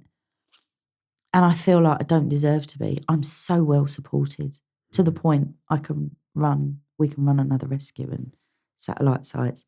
And I'm so well supported and people are so lovely and they donate me brand new stuff. I mean, stuff worth money that I can auction and sell and raise money. And I have this real fear that I'm going to be criticised, that I'm not using that for the benefit of the hedgehogs to the point of a fault where I'm, desperately out of pocket all the time because I can't take the money. And I don't know whether the word is imposter syndrome kind of thing, of fraud, not even fraud. I don't know what the word is. I know what it's you this mean. fear of, if you find out that I've taken some money for fuel to be able to go and rescue 20 hedgehogs this week, because otherwise I can't eat because I haven't got any money, that somehow that will stop the hedgehogs. And I think that's the issue.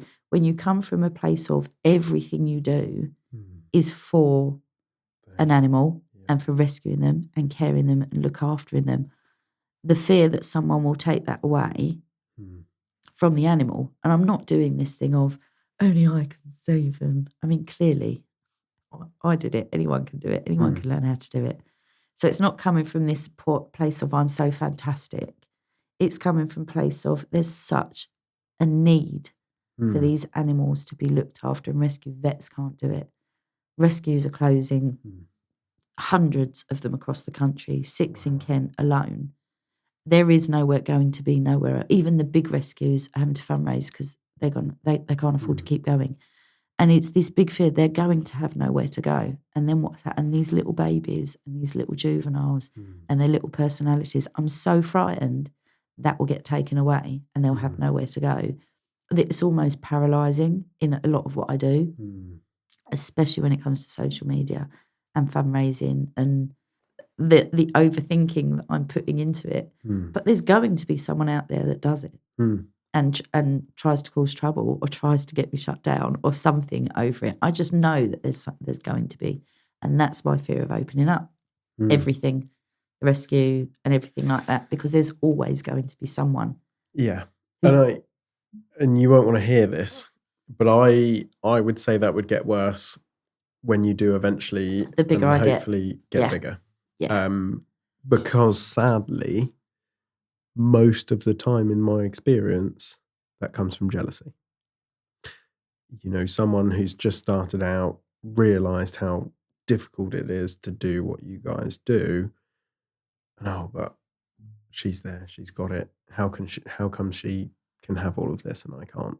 Yeah. Definitely. I mean, the rescue world in particular, it's got better now. The rescue world, and especially wildlife rescue, there's no regulations. And all the people in rescue have this idea and say, you've got to work at rescue for 5 years and learn how to do it. And then you can say, and the gatekeeping that goes on with knowledge and sharing and experiences and helping and the bitchiness between rescues that there can be is unbelievable and unimaginable. I can't work like it. I just can't do it. I've come up against a couple of people and made it quite clear what my position is. One of the first things I ever did was ring every rescue and go, can I help? Can we help? What can we do? How can we share? And all of the rescues in Kent now, we're a network. We have like a WhatsApp group and we send to one another. And I'll take hedgehogs from a rescue to free up spaces for their wildlife, or Audrey will take some for me because my volunteer driver that I've managed to get to pick it is closer to her, and I'll pick them up from her later. It's incredible how we all work together. Good. And I can't see a way forward. But that gatekeeping that still goes on with knowledge, and I've tried to I tried to help somebody else set up a rescue quite a way away. Bear in mind, I managed to set up. She's super qualified. She knows what she's doing. She's loving hedgehogs. And I set her up remotely. And she put up a fundraiser at one point once she got going and was absolutely vilified to the point she gave up. To the point she shut down and gave up and was in tears all the time on the phone to me. And it was from other rescues.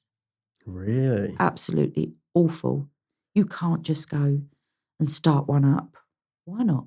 There isn't one in the area. It's needed. why not start one up? Mm.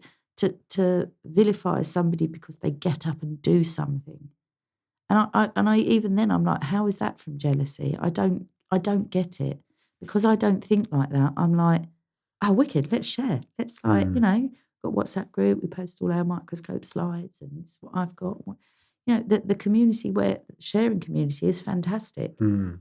Why do people I don't understand it. And I think if you don't think like that, Yeah. that's why it's so surprising and hurtful, because you don't expect it. Because not in a million years do you think that scenario is going to happen, because it's just something you can't imagine ever doing to somebody else. And it blows my mind regularly how other rescues can be and how people can be to one another. And it's not like I'm some walkover and I'm like, oh, yeah, whatever, do whatever goes. I think my standards are quite high. I expect them from the other people that I work with and the other rescues that, I'm helping. But they're their own rescues. We're on the phone and I've got one saying, oh, I won't release now till spring. And I'm like, a bit outdated that, the science has shown they can hibernate at lower weights and that you can have weather windows where it's milder. She's been running rescue for years. Why would I tell her what to do? It just wouldn't occur to me. Okay, cool. That's the way you run things. It's worked for you all this time and you're doing a great job. Brilliant. It's just not the way I do it, kind of thing. But yeah, it blows my mind on a regular basis that, you can't live and let live while sharing what you've learned over your 40 years. Had other people, oh yeah, when I know that you're good enough, I might share this knowledge that saves a hedgehog's life. Yeah. You're withholding that knowledge from me because you haven't. Who are you to decide whether? That is the thing, isn't it? I think there's this big section in the middle, is what I think. I think if you all combine the knowledge, combine the expertise, that would be an amazing place. Like it seems you've started to do with your network of people, and I think that's amazing. I think equally it's very rare to get someone like yourself. Not very rare, that's probably very wrong, but I think speaking to you, knowing how lovely you are, but you've got, by the sounds of things, an incredibly hard shell where, the oncoming, for example, put yourself in the lady you tried to set up far away who had all that incoming toxicity from other rescues. Would you have let that stop you? I'd like to say probably not. No. No, see, that leads on to other stories with conversations I've had with vets and things where I will do a PhD. Exactly. But that's rare. Right, okay. And then on top of that, another factor that I don't know whether saying it's rare is the right way, but to run it to the standards.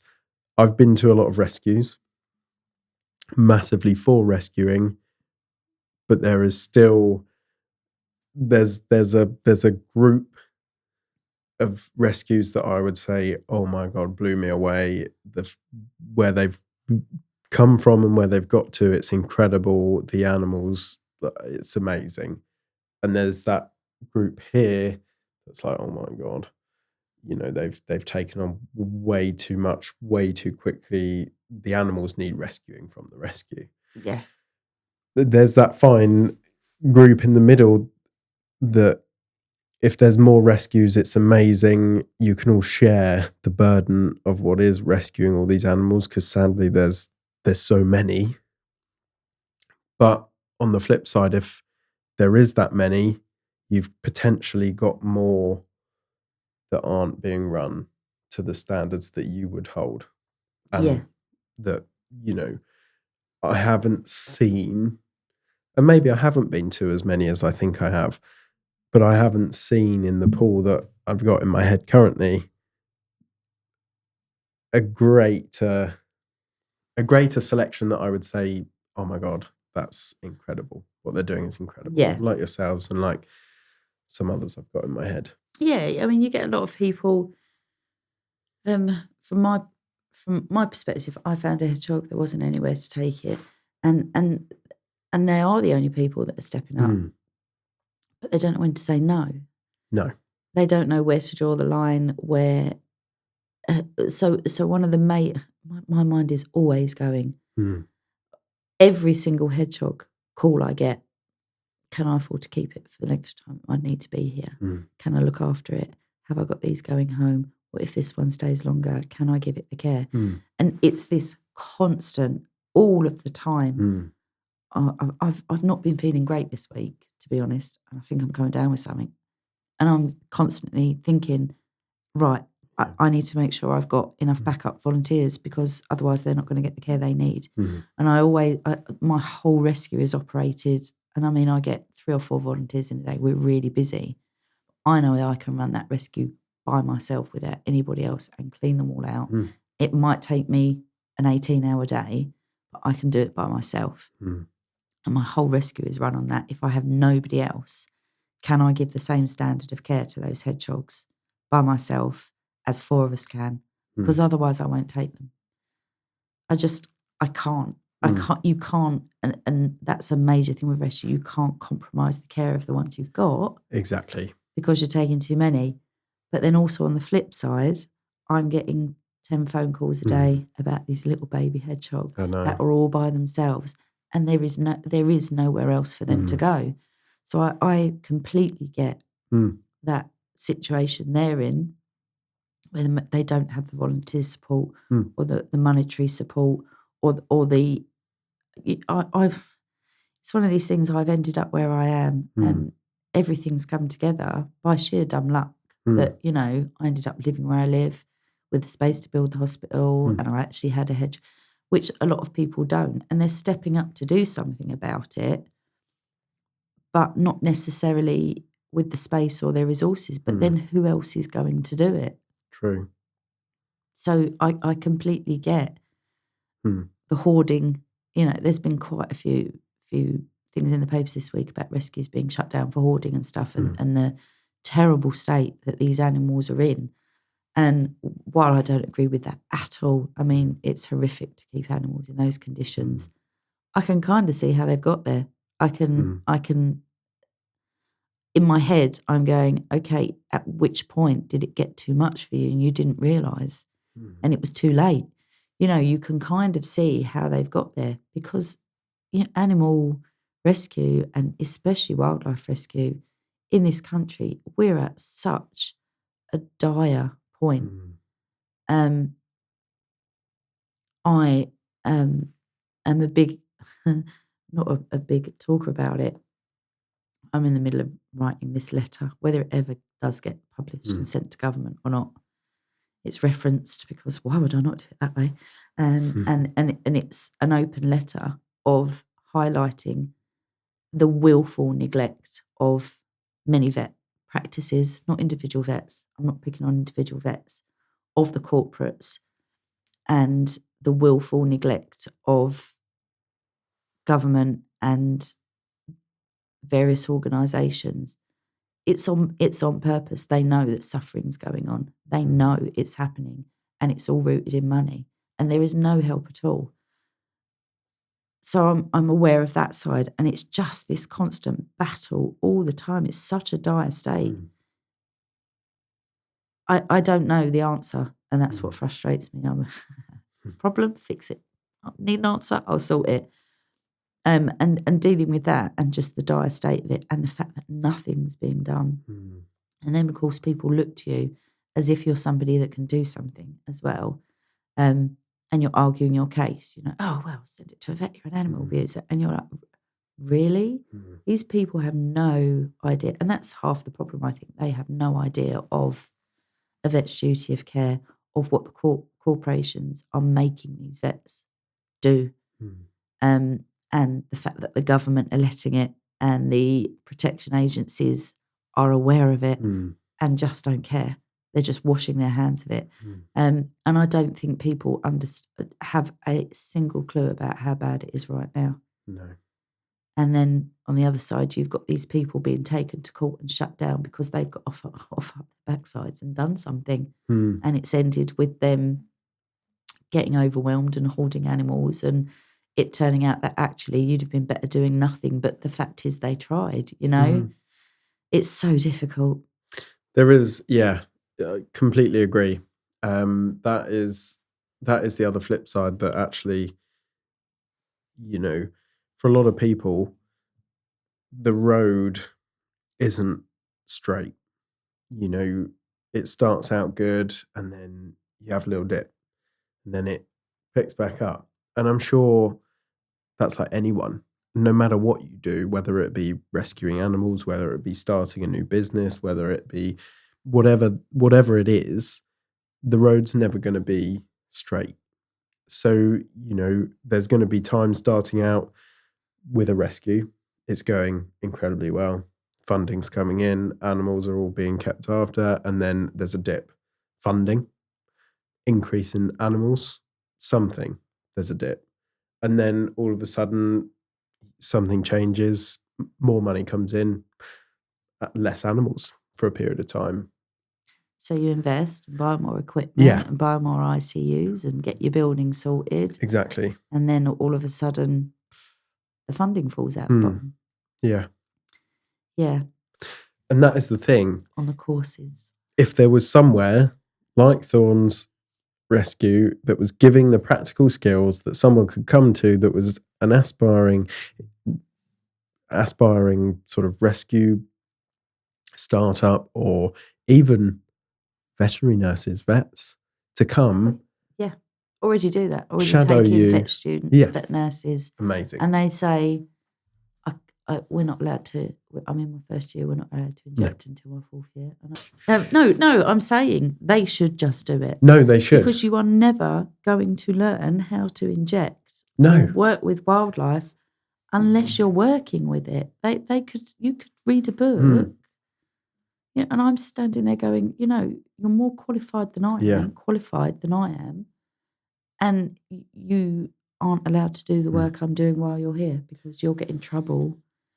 And again, that comes down to money. Absolutely. And it's one of the big issues I have. Again, I've got a lot of supporters, a lot of people, and I get a lot of messages. Why haven't you done this? Why haven't you done that? And it's like, I really don't think you understand how, well, I'll help. Okay. So what are you going to do? Well, if I just do that, you don't have to do it. You've got to do the 400 other things connected to that in order to be able to do that. And only I know how to do them. And I could teach you, but do you want to learn how to do all that in order to do just that one thing that takes 10 minutes? It's really hard. Sometimes I sit and question, am I one of these people that just won't hand over and won't let go? And apparently I'm not. It's okay. I'm not sitting there going, oh, well, I know I can do it, and making excuses. I genuinely do hand over everything I can to other people. But even my accountant, I'm the accountant, by the way, even my accountant isn't going to sit there and know which parts are mine and which. So I end up having to sit and go through my receipts of which part that, and also as part of, I need to know how much I've used over the year so I know what I need for next year, and I know how much I need in stock. My accountant can't do that. So by the time I've gone through the receipt and set up a spreadsheet and worked all that out, I may as well just do the profit and loss because that's the easiest bit, So people go, well, why are you doing it all yourself? Well, because nobody else can do it. No. Unless they're in the rescue like I am, full time, and it's their job. Nobody can do what I do, and it's one of the reasons. And the talks I do, I come highly recommended, don't you know, to the WIs across Kent. People are asking for me. Yeah.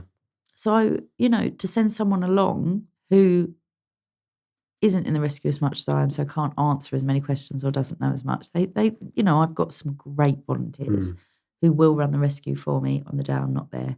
And I can go out for an afternoon, or I could say, I'm sick, can you come? And they can do it. but they can do the rescue. They can't do the talks and the auction. So I often get people going, well, why are you so tough? Why don't you delegate? I'm delegating as much as I can. I'm not one of these people that gatekeeps and won't teach anybody because I don't want them to think they know as much as I do. My God, if I could teach someone to do more and have more time, probably for more hedgehogs, then that would be great. I'm spending less and less time with the hedgehogs, which is, one of my issues, because I'm now a manager and an accountant and and everything else. I'm still spending as much time with the hedgehogs, but I'm handing over more of the cleaning out and the day-to-day and the weighing and the checking. And often that's the best bit. You just get to spend time with them and you're out in the rescue by yourself and you're watching them run about in the cages. So I'm losing that because I'm handing over what I can in order to do the stuff what other people can't. And it's really hard. It's really hard. I never imagined this when I started at all. No. It's kind of brought together. It's almost like my whole life led up to this. We haven't really gone into things I've done in the past. I was quite excited to do that too. Yeah. So my mum says she didn't kick me out at 16. I say she did. We get on really well. It's fine. It's, I left home at 16.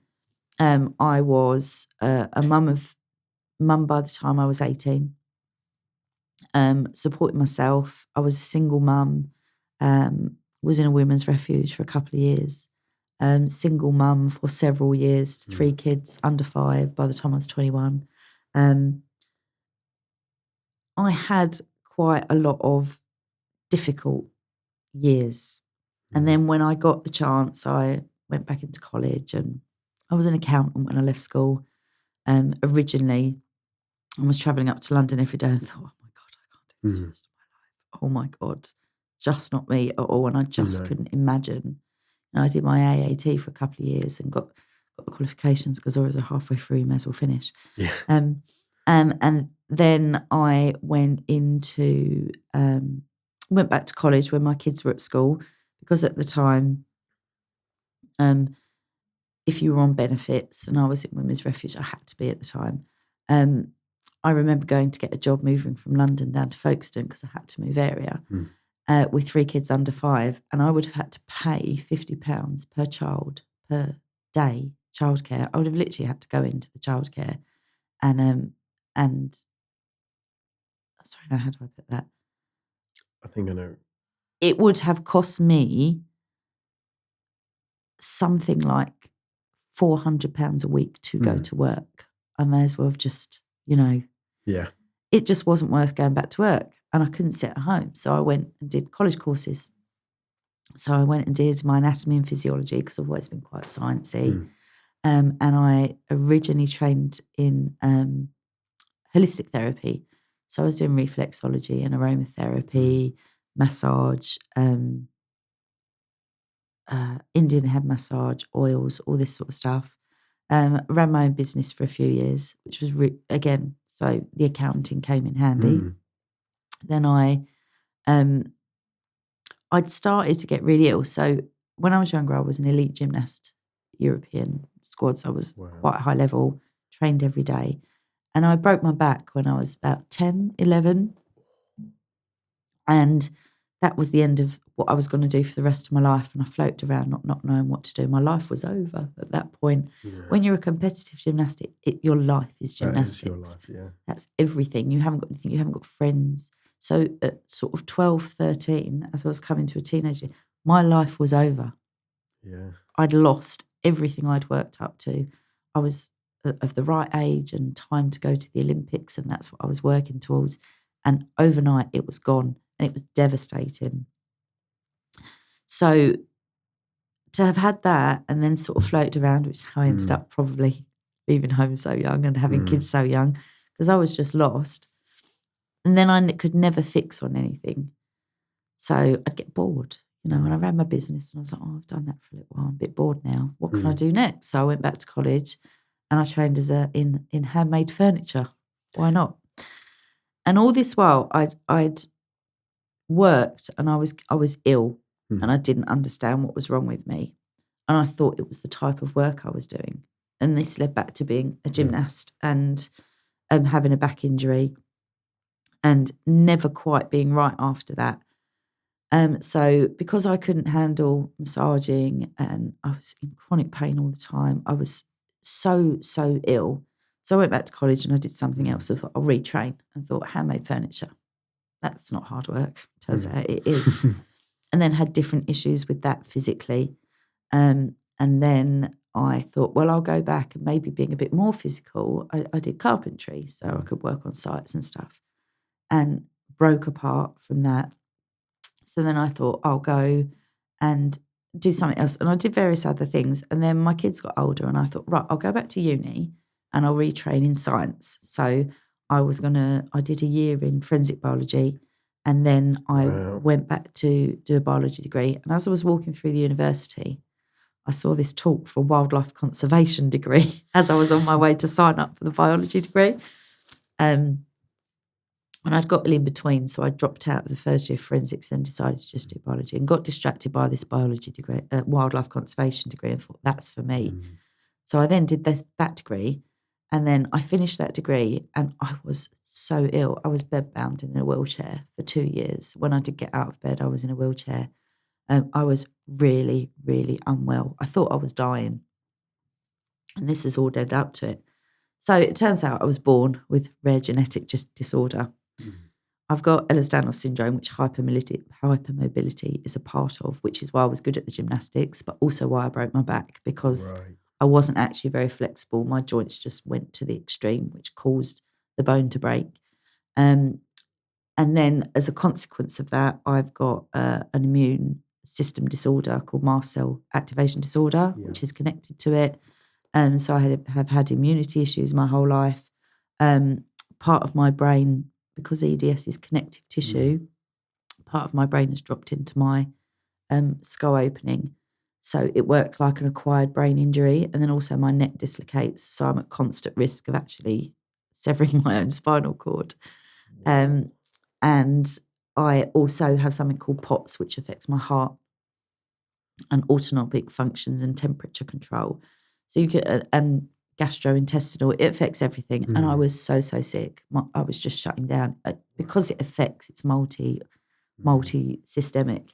I really thought I was dying, and nobody knew what was wrong. And because it was rare at the time, it's becoming less rare.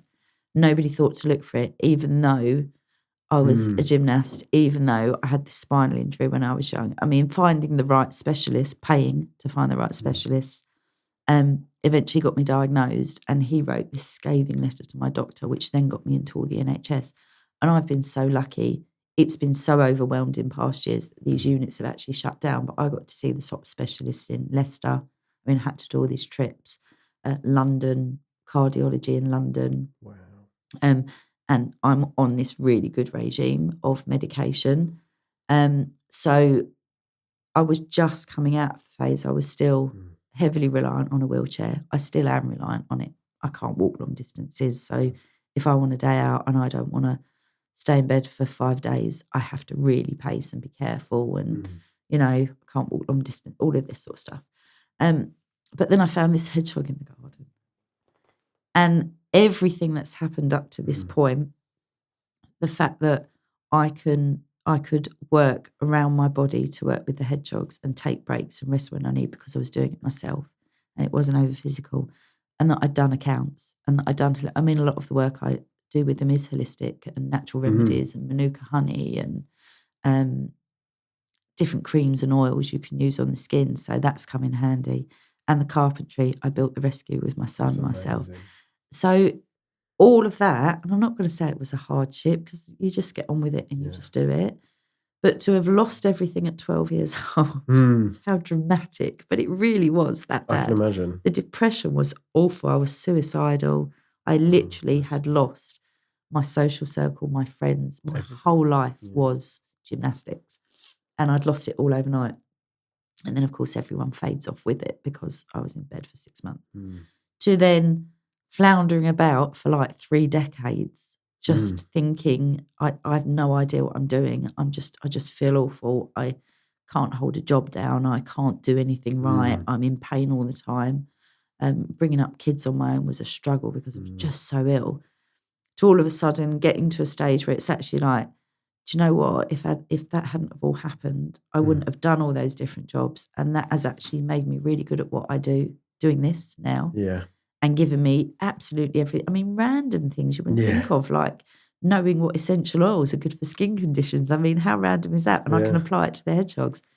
So to go from that, and even sort of like 5-10 years ago, where I'm bedbound and I couldn't move, and thinking, I've got no purpose. I'd lost my job in the NHS, in microbiology, because I couldn't physically keep up with the demands of having to work to somebody else's schedule. And to go from all that and thinking, I'm just going to spend the rest of my life never being able to work or do anything and just being totally useless, to all of a sudden going, oh, hang on, it wasn't all a complete waste of time. It's all coming spectacularly handy. Yeah, literally. So I said to the vet the other day, she's like, oh my God, it's amazing what you do saving them. And I was like, do you know what? They saved me first. Yeah.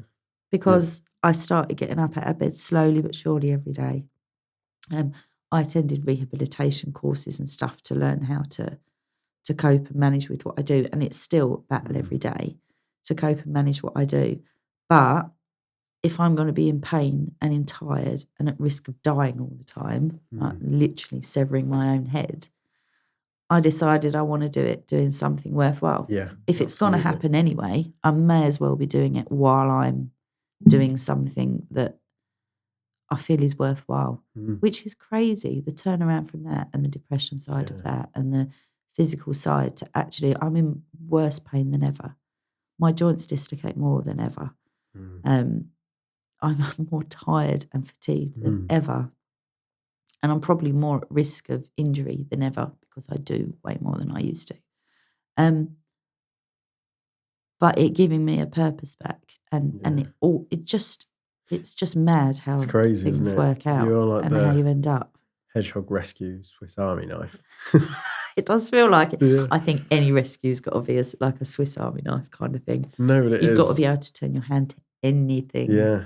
It's wild that actually, as you say, you lost what you thought was the trajectory of your life was lost for what you say, nearly 3 decades. But actually in those 3 decades, you've amassed through in some ways not only being lost, but actually trying your hand at different things and figuring out that's not for you, leading up to actually every single thing you've done is for you in some way, but it's all amassed into what was your biggest purpose, which is what you do now. And that's amazing. And that's kind of why I think, I don't want to say, it sounds so, I don't want to say I'm really successful and I'm doing really well and it's really, because I just feel like all I've done is keep up with the demand. But the fact that I've managed to is because I had nothing and I couldn't cope and I wasn't doing very well. And now it's the very reason I'm able to do what I do, which is mad to have come from that. So I often say, it's weird how, and even animals, I've never really been into animals. I volunteered at a little rescue when I was about 11 years old, and I volunteered. I nearly got killed by a miniature horse of all things. This tiny little falabella tried to kill me, and I was literally covered from head to toe in a tiny little horseshoe, bruises everywhere, head to toe. This thing just galloped on the spot on top of me for about 10 minutes. It was awful. Wow. Getting attacked by geese. Oh, it was, I know geese attack everybody, but they particularly hated me, but I persevered. And then I used to work in yards so that I could get horse riding lessons for free. And every single horse I rode tried to kill me. I ended up in barbed wire fences, being galloped across main roads, riding Shetland ponies who used to breathe out when you put their girth on and ending up underneath them, gripping on furiously, while I could hear people laughing as this thing galloped by. And I did all that, but I've never really been into animals to the point of, obsessed with them. Yeah. It's really strange, really strange. But then also, I mean, even with the hedgehogs now, I'm working with them, but I'm very good at separating and it's a really difficult, the human emotion from the animal. Not that we're separate from them. We're an animal, we're a species ourselves, and we're an animal ourselves. But the human emotion side, I'm very good at separating they're a wild animal and they're their needs, and getting that across to people. People ringing up going, "Oh, it's really cold outside. I'm bringing this hedgehog in," and me going, "No, no," and explaining why, and that they're built for the cold, and that I know you care, and I know why you feel that way. "Oh, we're taking it away from its mums." The mums don't care. They couldn't care less. They walk off and leave them, and those little hoglets are on their own. They're ready. They've taught them everything they need to know. And being able to explain that to people, but also separate them. You know, I do see older people that rescue who will cuddle them and stroke them and know that there has to be an element of science and anthropomorphism and applying those human emotions. There has to be that distinction. So I think that helps, being so sciencey and being able to sort of thread that apart. So I've never been really into animals. It was just this walking past on that particular day and seeing that degree. And I think it was they did genetics and stuff, and that's what I'm really interested in. And they had a specific thing on it, and I thought that'd be cool applying it to animals rather than humans. And then happening to find this one hedgehog, it wasn't even me. I blame my son. He was out the back having a cigarette. I go, "Mum, there's a hedgehog." And I was like, "Oh." And it was at night time. There was nothing wrong with this hedgehog. I said, "Oh, it doesn't look quite right." And I don't know what a hedgehog looks like, bear in mind. But that instinct of knowing that something wasn't, it was just a funny shape and it just wasn't quite right. And he had a lot of ticks. And then ending up here, I kind of I don't know how it happened, but it's like it was supposed to happen kind of thing. Really strange. I don't know if I'm a believer in all of you know, your life is set out for you and the spirit. My dad very much was. My dad, he died, I think 5 or 6 years ago. He'd have loved this. Yeah. He used to scoop flies off of the paddling pool before we were allowed to jump in it to save their lives, you know. He was such an animal lover. And he actually went back and did his degree in philosophy at like 60 years old at uni. Wow. I mean, he was a complete Fruit Loop. That's where I get that from. So he's always made us question things and very much been, we're a part of the planet and stuff. So probably we had that underlying. Yeah. None of my family like it, none of my brothers and sisters. It's just me that has this underlying thing. We're all quite sciencey. My sister's a brilliant scientist. And my mum went into science. My brother's a chef. My older sister's a teacher.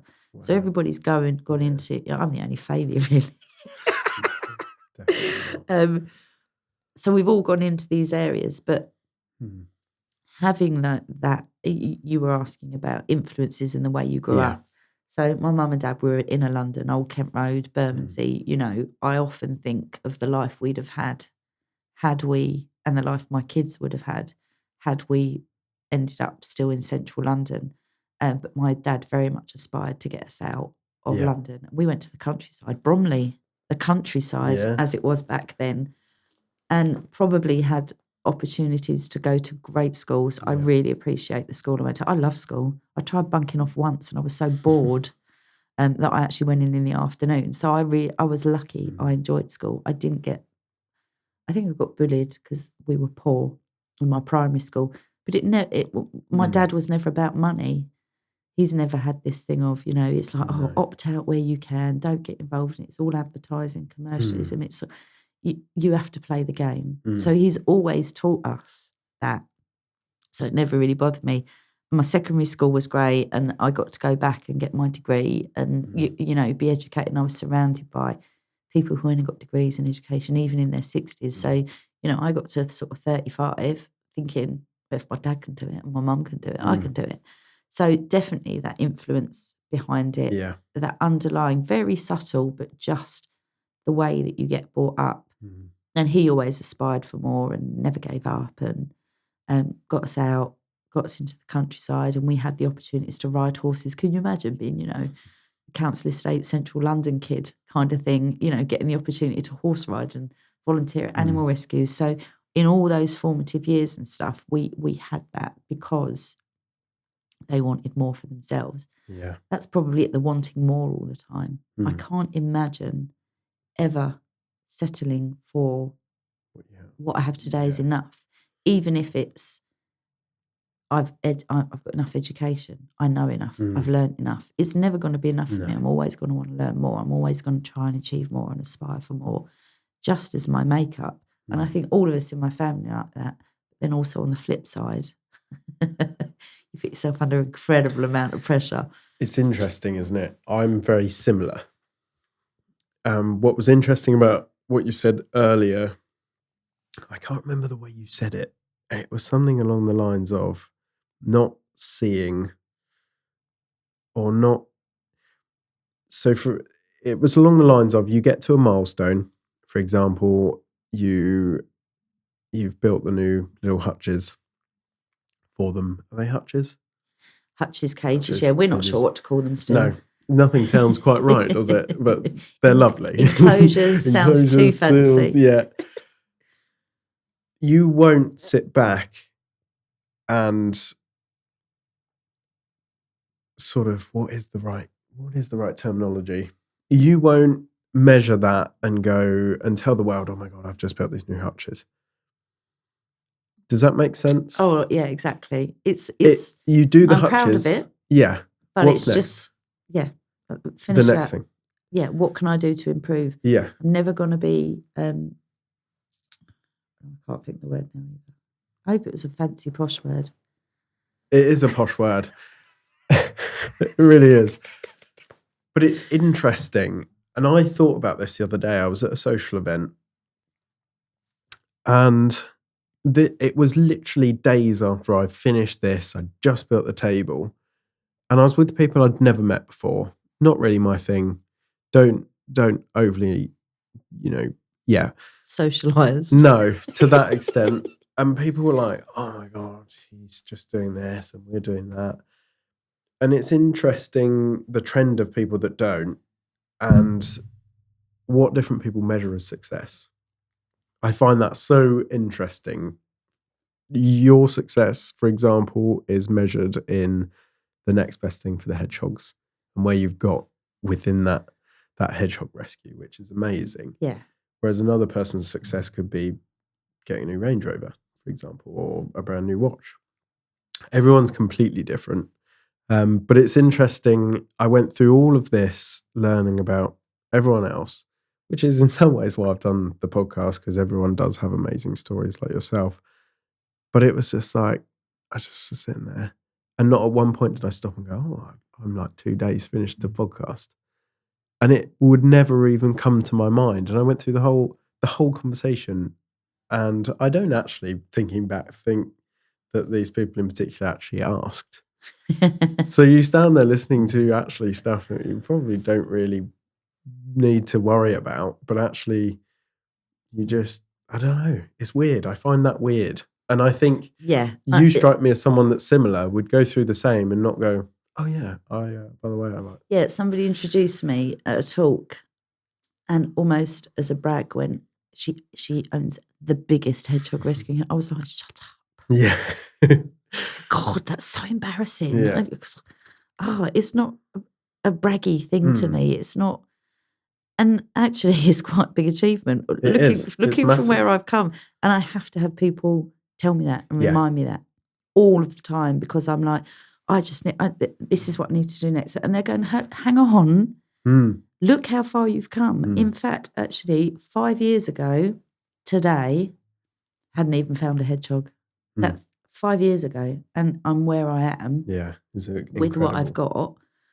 And it's not, don't get me wrong, I'm proud of what I've achieved, but it doesn't feel like an achievement that I go around bragging about and telling everybody. I find it quite embarrassing when people would like bring it up and go, oh, she's done.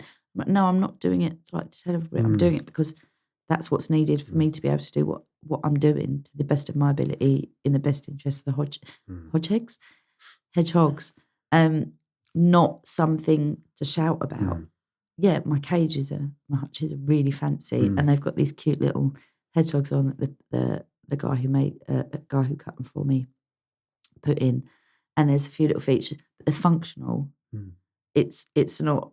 I'm not going. Oh, yeah, look at my cages. Yeah, and I've got all this and that and the other, and I'm like, yeah, no, they're wicked. They're functional. They're so much quicker to clean out. That's why they're there, not as some sort of. And he engraved my name on the doors. I mean, they do look a bit poncy, to be honest. You know what I mean? If I was doing it for clout and for TikTok, it would look, like I was just this total Wally. But actually mentioning it and then being, I show people and I'm like, oh my God. They go, oh, that was really cute. But the first thing I say is clean out so much quicker. It's so much quicker. It's more hygienic. We can steam clean them. We can open it up and give them more space. Nice. We can halve. It was all designed. Yeah, it's got these cute little features on it, but that wasn't the achievement for me. The achievement is the hedgehogs have better conditions to live in. And that circles back again to my point is some people's success would be the hedgehog cages themselves. And the flip side to that is measuring it. Actually, they look like they do because they're 40% quicker to clean out. They're 60% more hygienic. We're able to steam them, etc., etc., etc. But other people might go, "Whoa, look at them hedgehog boxes," where actually they could look like, I don't know. Yeah, I imagine there are other rescuers that have seen them and thought, "Geez, good God, why would she?" Oh, a plastic box is good enough. She's just doing that to make it look good on the internet. And actually, it just happens that they had touches added to them by the guy that made them. That was a furniture maker, and he's made them look amazing, whereas mine were functional boxes kind of thing. And even then, I'm looking at them, and I've already changed them and adapted them and added things and put this on and that on and taken that, and how can I change that? And I need to do that. And it's so they're scratching at the door. And originally I wanted what did I get it? A groove where the doors could sit in, because then they couldn't scratch it. And the reason that I had these sliding doors was because the cage fronts, I was worried that if they got their jaws caught, they'd break their jaw. Interesting. So that's why I changed to these plastic cage fronts. And they were originally going to be open so the whole thing could wipe clean, because with the slidey ones, they have grooves in and stuff gets in them. So it's not quite what I wanted. So already I'm like, how do I change it? How do I improve it? How do I... There's a gap that I don't like, that they could get a claw caught on. And there's this handle and this bit that I don't like. And I'm constantly looking all of the time. And like randomly, I'll look around a room and go, do you know what, that might work. All of that is all about improving it, because I just can't settle for... It's never... One day it might be perfect. But I can't look at something and go, there, that's enough. In work, life, anything. I just can't look and think that's enough. Whether it be I'd fallen into... So during lockdown and when I was really unwell, and before I found the hedgehog, in between the lockdowns, I put a mattress in the back of my van and I went and stayed on beaches with the tailgate open and travelled a bit. And it's not enough for me to sit there and just let life happen. There's always how I just don't get the mindset of, yeah, that'll do. So what next?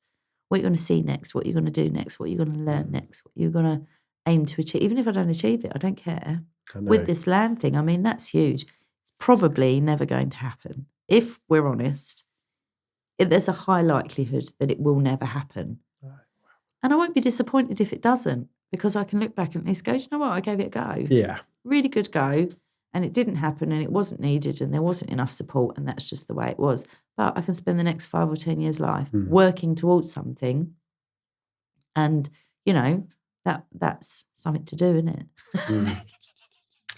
That is amazing. £250,000, something to do. What I like, though, and something that I struggle to do, I live a little bit too much in the now. Whereas I like I try and manifest the prospect that, and I try and keep firmly in my mind, where do I want to be in 5 years? That's probably a firm in my mind. But I certainly with the podcast room, finished it. What's next? Okay, well, flip side is completely opposite to podcast. Although my mind, once I was finished, was like, oh my God, I've got this list of potential guests. I've got to contact them, do all of this. That was on the flip side. But what's next? What am I doing now aside from that? And it was like, the goose needs a new house. I've got a singular goose and a singular duck. And his roof came off in the storm. He still needs a new roof, bless him. He's on the way. Oh, poor goose. See, animal abuse. It's happening everywhere. I don't. Goose needs a new roof. It does need it. It's she'll be okay. He's a goose. He's Exactly. a goose. And so, when she gets a new house, it will be the house of all houses. I've already got all the bits. She just but then needs you will actually go and do that. So many people are paralysed by that it has to be. Let's be honest, when your podcast was mentioned, and then when you sent me this photo, I was like, bloody hell. There's the fact that you can actually be that much of an overachiever, but do it and back it up, that's really rare as well. So there's one thing, having a dream and a vision, and that paralyses most people. They want it so perfect, they can't even start. They don't know where to begin. My dad was like that. He would start a million jobs, nothing ever got finished. It was almost like if he finished, he wouldn't know what to do. It paralysed him. He couldn't cope with it. So having somebody who not only can envision it, dream it, do it, and then we sit and we can't enjoy it. That's I recognise that I'm unable to do that. I cannot enjoy something and rest and go, look what I've achieved. Wild, because isn't it? Just can't see it as an achievement. It's just weird. Something I've done. Finished it, crack on, next project, which is sad in a way. It is I suppose. sad. I'm completely the same. And it wasn't until I eventually got to the point where I was like, this looks good. Snapped a photo, stuck it on my Instagram story. And I had so many people message and go, that's amazing. Like, what? That's incredible. And I was like, you mentioned a podcast and we thought some dingy room, like, maybe it is kind of incredible. But I think I got a little bit, I guess, like your dad. I think in some ways you do get really worked up. There was a lot of thought of, oh my God. And Dad helped me a lot, but there was a lot of, oh my God, there's thousands of podcasts. Mine's probably not going to be any different. And, some of this stuff isn't cheap, and there was a lot of that. And I had to keep Granny in the forefront because this is why I'm doing it. Yeah. She had incredible stories that one day, sadly. But you could have done what most people do, which is, a corner in a dingy room with one of those circle lights that they use for TikTok videos and a cheap microphone. That's what most people do. And then people like you who have this vision of where it's gonna end up, can't finish it because it's so overachieving. It's mad, isn't it? That I think it is a rare and maybe that's the difference between. I often say how lucky I am, and I'm like I just landed on luck. That's all it was. You know what I mean? Just landed. If I hadn't left home at 16, if I hadn't gone into refuge, if I hadn't moved to where I did, if I hadn't have ended up in the house I did, I wouldn't have ended up with the hedgehog. And I just put it all to luck. But actually, there's probably more to it than that, because however lucky I am, and I am really lucky, I'm incredibly well supported. I get donations in. If I put a call out, I'm low on food. I made the mistake of saying I needed a 1 mil syringes. Got about 400 boxes, I'm incredible. And those things aren't going to go off. I'm going to be fine for them for, springtime and what have you. So don't get me wrong, it's not like I'm a great, but I also think I speak to other rescues who aren't incredibly well supported and they don't just have donations and they don't get the volunteers in or the regular or the type of, is that luck or is that because I don't want to get big-headed, but because I'm a part of it and I'm the person I am and I go and do the talks and I engage with people and I'll turn up to the opening of a crisp packet. Don't get me wrong, if it's funded and, and there's cake, I'm there and I will put myself out there. And I think I'm quite engaging and I think I'm particularly articulate and I think I've got a combination of science, being able to understand scientific papers and translate that into explain to people. I think there's elements that I'm good at which just seem to fit really well. So is it just sheer luck or is it sheer luck and the fact that I am the type of person I am and people relate to me maybe in a way that they don't relate to another rescue. And people go, oh, well, you're in a posh area. And I'm like, I don't know if that's it. I don't know if it is because I'm in an affluent area. But No. of course, that is something to do with it. So it's all these elements together. But I think if I was somebody that found it really difficult to talk to people and didn't like going and doing talks and was awkward and bored people and wasn't highly recommended, then maybe I wouldn't be as well supported as I am. I don't know. These are the sorts of questions I ask myself all of the time. I'd like to put a spin on things. I'd say, yeah, there's always an element of luck with a lot of things, but I would equally say,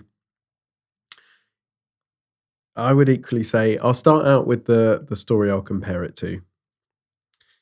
Nowadays, quite often, if you see a job application, you send a CV. The difference between sending an email with a CV and actually, I want said job and I want it to be, we could go with 5, we could go with 10. I want it to be at either of these 10 places. The difference between you getting in the car, driving over to that place, handing your CV in a letter or in person and going, hello, shake a hand. My name's Joe, for example. I would love to work for your company. This is my CV. Maybe if there's time, this is who I am, a little bit about me. Thank you for any consideration. That goes 10 times further, quite often, not always. But that's why, 10 companies, maybe one of them you get lucky, maybe not at all. But you're remembered 10 times more. And that's just a small example. But my point from that example was your 400ml syringes. If you didn't have them and you couldn't get them through funding, what would you do to acquire your 400ml syringes? Yeah, that's true. You'd knock on vets and say, look, I'm a rescue. I'm in real trouble. I need can you spare any 400ml syringes? And okay, they might not have any. Next vets.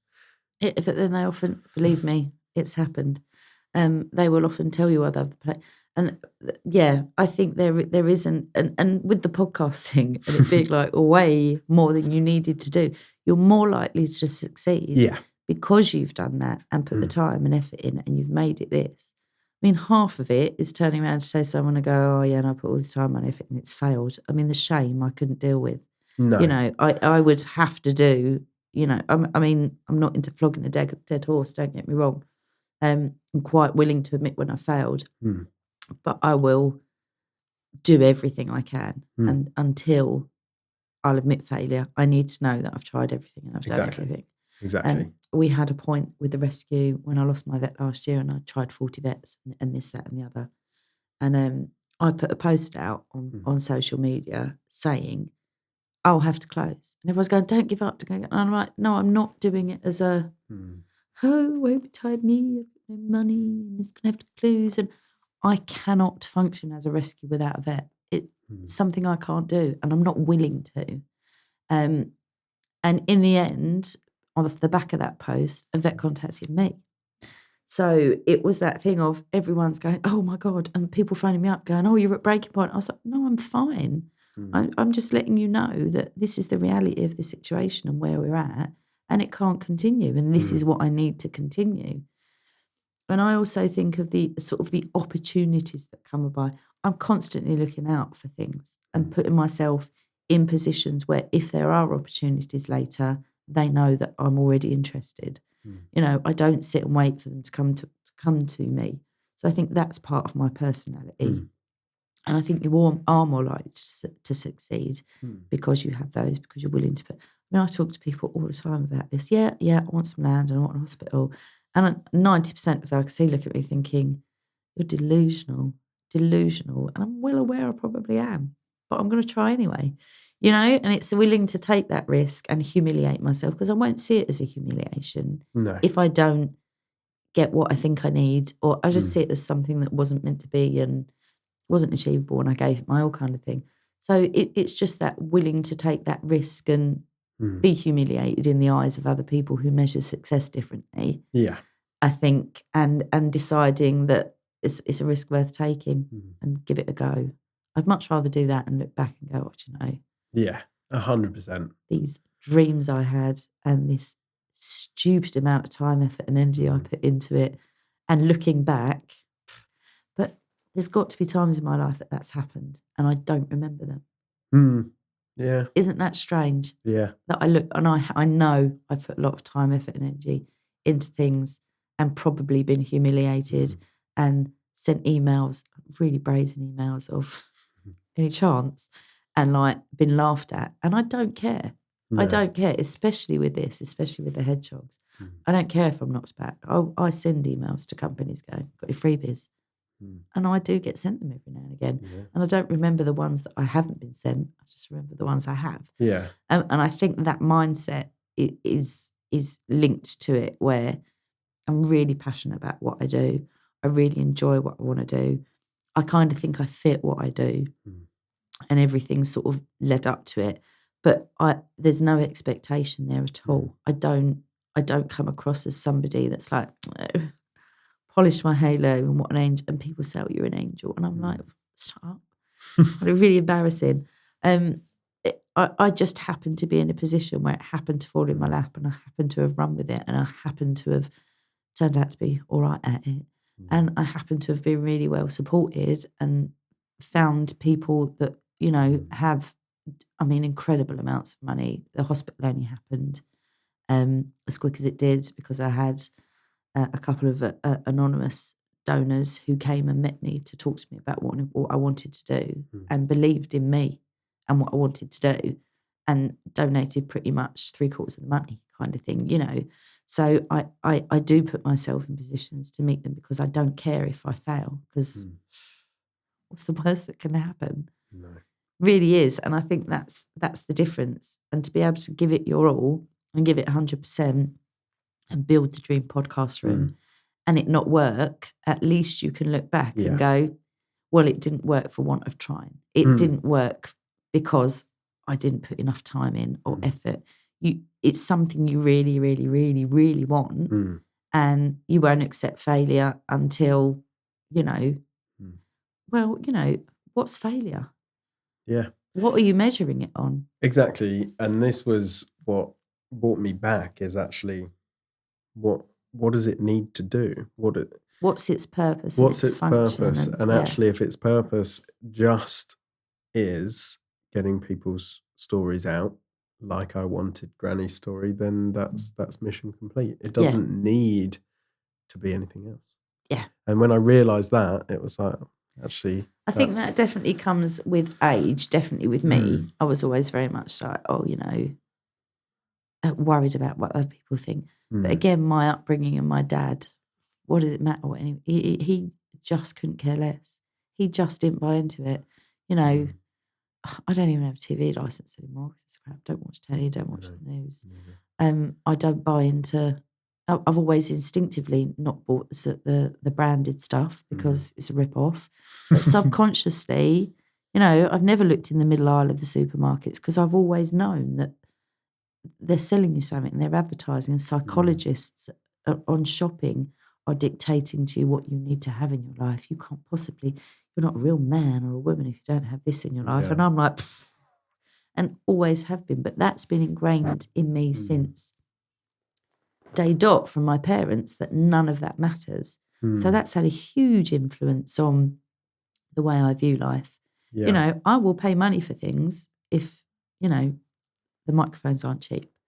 I know that paying the sort of money you do for a microphone for the quality of it is worth it. Yeah. It's not it's not buying it because it's a branded thing, because you can't live without it. And if you want to do a podcast, it just has to be this microphone. You're not buying it because of that. You're buying it with the knowledge that it's the quality you need for and at the price you want to pay for it, not because you're sold it on TikTok. And I think that's really rare now to have that, where that mindset of what do you need in life? What does it matter? What really matters? Are you actually motivated by money? Which so many people are now. Their measure of success and their worth is money. Or what you have to show for it. Mm-hmm. But go slightly before we go off on your on your supermarket thing. I think when you learn that the way supermarkets or any shop is laid out was someone's job.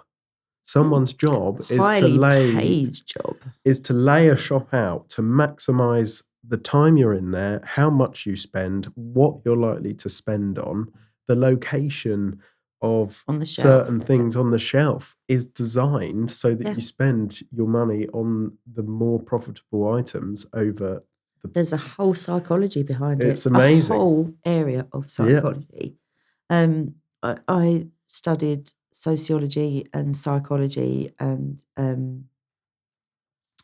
couple of other things as part of the degree and what have you. And obviously the psychology of people and nature nature having no intrinsic value and stuff. So that's why it's not valued the way it is, because it's worth more built on than it is left alone. So there's this whole psychology behind that. And, learning what I did then about, just how things are run and how governments are run and how government right-hand men are highly intelligent psychologists and sociologists. They know what their policies are going to do 10 years down the line. They just don't care. They're only in power 3 years. So all of that comes together with this thing of, and it is the fundamental thing of life of actually what matters. I'm not afraid losing. If I was stupid enough to ever be able to, clever enough to get a Range Rover and stupid enough to buy one, just to do the school run, I don't care if I lose it tomorrow because it's just stuff. It's just stuff. So I have this, I don't care if I lose either.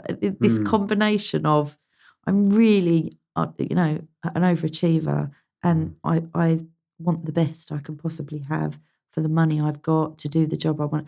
I mean, it's weird, but then I also don't care at all. It's a real, living in my brain sometimes is quite difficult. I'd rather live in mine than my dad's. He struggled more than I did. I accept there's just some things. But it does. It worries me with younger people now, the whole psychology of thing and the money and that you need money to get this stuff, because that is pushing us further and further away from conservation and nature and looking after our natural environment and also making think people they're worth more than nature, which is the really worrying thing. We're so clever. Technology will cure climate change and we'll go and live on them. Wow. What about everything else? We're so disconnected now that you're fighting that battle all the time as well. And so the social media and engaging younger people into nature isn't worth anything. I mean, I'm off TikTok shop all the time now because, got viral videos and I'm so famous. But what am I going to sell a teenager that is actually going to want to make them have anything to do with my content kind of thing? How do you fit it in? I think the scariest thing with social media as a blanket is we all need to realize we are the product. Yeah. That's what's scary, is when you put yourself as the product. You are what they are selling. If the majority of people realise that, there would be no social media. That's the trouble. I think it's incredibly powerful and in a lot of ways it is needed. But how we are so addicted is the problem. Yeah. I saw a study on another podcast that said our eyesights are getting worse and more short-sighted because we're looking here all the time. Well, there's a study just come out about children and the mental health issues from social media alone. I mean, we kind of knew it before anyway, young kids wanting to die because they're being bullied on social media. My first thought is, don't go on it. I was banned until I was a certain age. I wasn't my kids allowed. But that concept of not interacting on social media and not having a phone and removing themselves to get away from the bullying is so terrifying. They would rather die. I mean, that is when that's brainwashed into people, that's terrifying. And it could be used for such good. The internet, it really and could. social media, we could do so much with it. Yet, flog people some more stuff. That's all it is. Influence. Do some more influencing. Yeah, I think eventually we will get there. I think eventually we will. I think we have to believe it. There. We do. But I also think another detrimental thing, certainly when the tail end of what I grew up with social media, is the expectations to be like the influencers or like, maybe someone in your friendship group who has something that as a kid, certain things are everything to you. And again, it can be different per kid, but quite often it's, oh my God, look what my friend Timmy's got. Yeah. I want that. Why don't I have that? And actually, for a lot of kids, that is another factor that actually makes you depressed because you're always living your life aspiring to be someone and not creating your own path. Yeah. And then that comes back to, like we were saying, I'm always going to want to aspire to do more. I think now there's no distinction between wanting more, doing more, wanting to experience more, and having stuff, because that's so intertwined with the measure of who you are and what you're worth. And that's dictated by social media and how much stuff you've got and how you compare to other people, that people don't just go about thinking, no, I'm going to wake up tomorrow and want more for me and want more experiences. And it's all about wanting more to be able to get enough to feel like you're worth something rather than just, living for the sake of it. It frustrates me that, One of my favorite sayings, and I should probably say it to myself more, is you are living someone else's dream. And that goes for pretty much everyone. That's true. Someone else would think of your life as a dream. Yeah, I do get people saying, oh my God, this is my lottery dream. And I'm like, this is my, benefit stream. What I wished I could, Yeah. And it's that different mindset. Again, I never had to worry.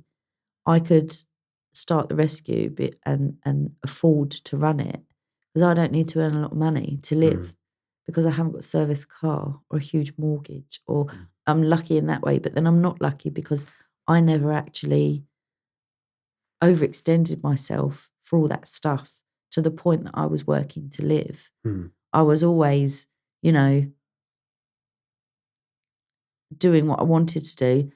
And I remember my first job, it was like, how much do I need to earn this week? And I'd go to work for the amount of hours I needed to do to pay my bills, and then I'd go and party. I just couldn't care less. It's definitely the reason I got kicked out at 16. It's all becoming clearer. But just having that attitude of what's the minimum amount of stuff I need to pay so that I can just go and do what I want to do. And that's how I got to being able to run the rescue, I think, because I could cut back hours and put more hours into the rescue and put more time into that because my outgoings and even what I spend on shopping is so minute that I don't need a lot to live on because I've never needed stuff. got a car that gets me about, and all of my cars, I've never wanted a new car or a fancy one. I'm like, has it got wheels? Most of the time in the past, that was the main condition. Has it got wheels and will roll me around, even if it was falling apart?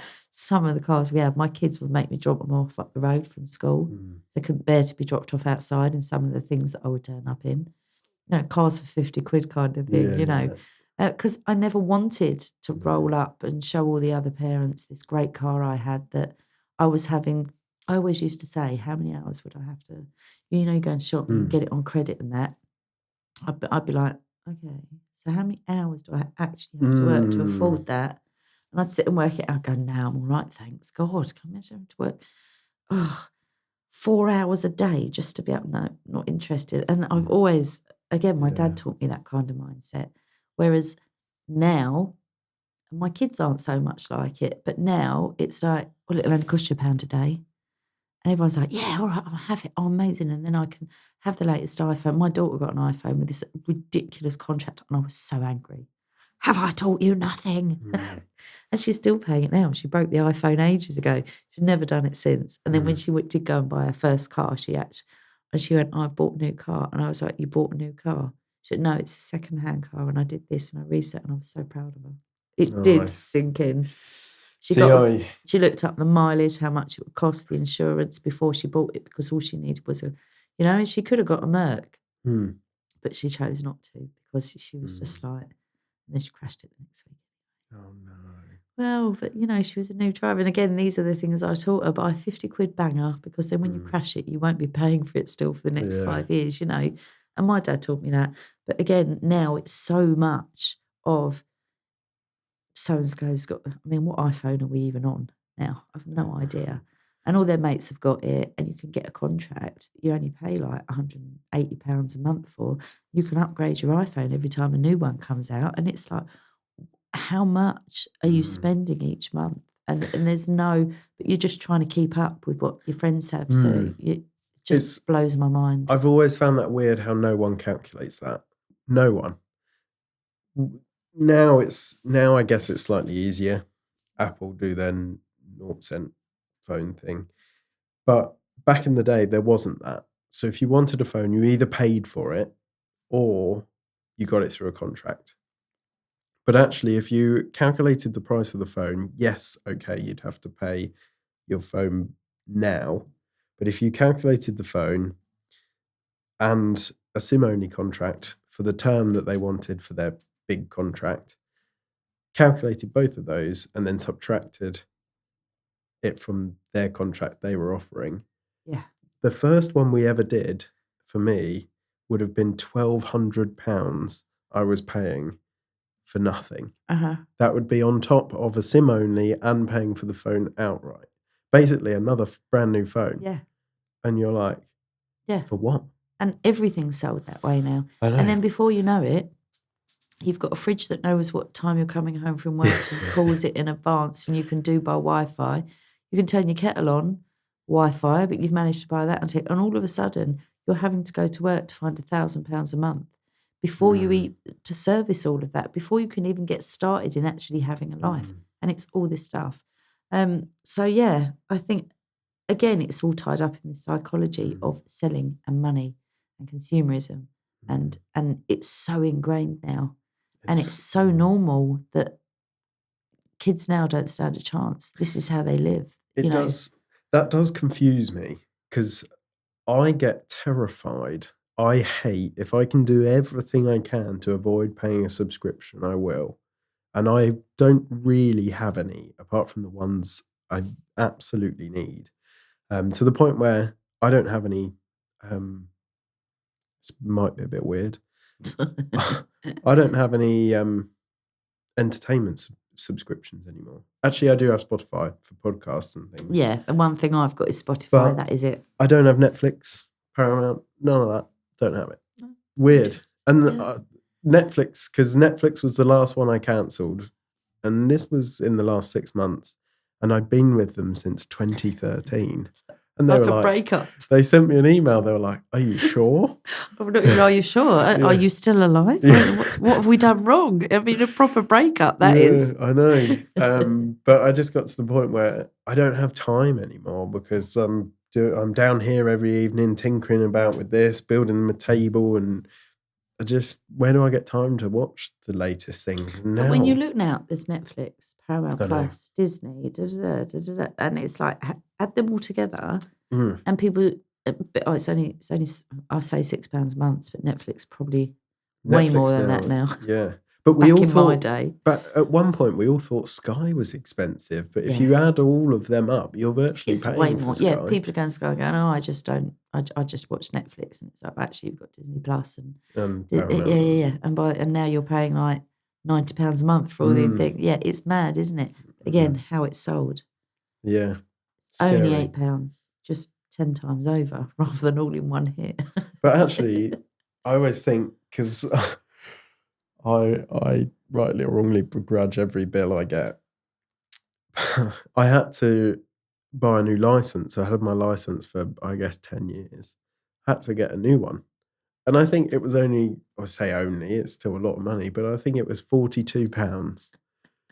And to me, I was like, on the calculator, 42 divided by, and then the amount of months it was equating to 10 years. And I was like, that's such and such a month.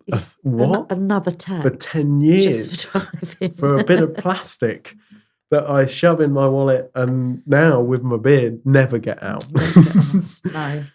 So yeah, I did. I was like, why do I need to renew wait till you it have anyway? to renew your passport. My God, I know. that's a We've few done quid, that isn't once. Yeah. Yeah, it's strange, and it just moves us further and further away from what really matters, I think. I think what was interesting to me about you saying about nature, and something that I'm very fortunate. Now we weren't always here, but I'm very fortunate that I am surrounded by nature. I couldn't, like I've got friends that have joined the corporate ladder and gone into London, and I go up for the odd birthday and things, but I cannot wait to get out. It's the on the tube black nostril thing that just does me. I call it black nostrils. I'm going to get black How tall are you? 5'8". I'm 5'2". On that tube, on a hot day, you've only got armpits. Oh, all you've got. So yeah, that turns me off pretty quickly. I bet. Yeah. But yeah, there's all of that. Everything's back. Everything's dingy, and just the fact that I didn't. Maybe that's why I never fitted in. I didn't fit in. I wasn't motivated by the going up there to earn the money and the big bucks, so I could have all the things. I was just like, I'm going to work. So actually, when I quit that job, I ended up working in the Pizza Hut 2 doors down because I didn't have to go far.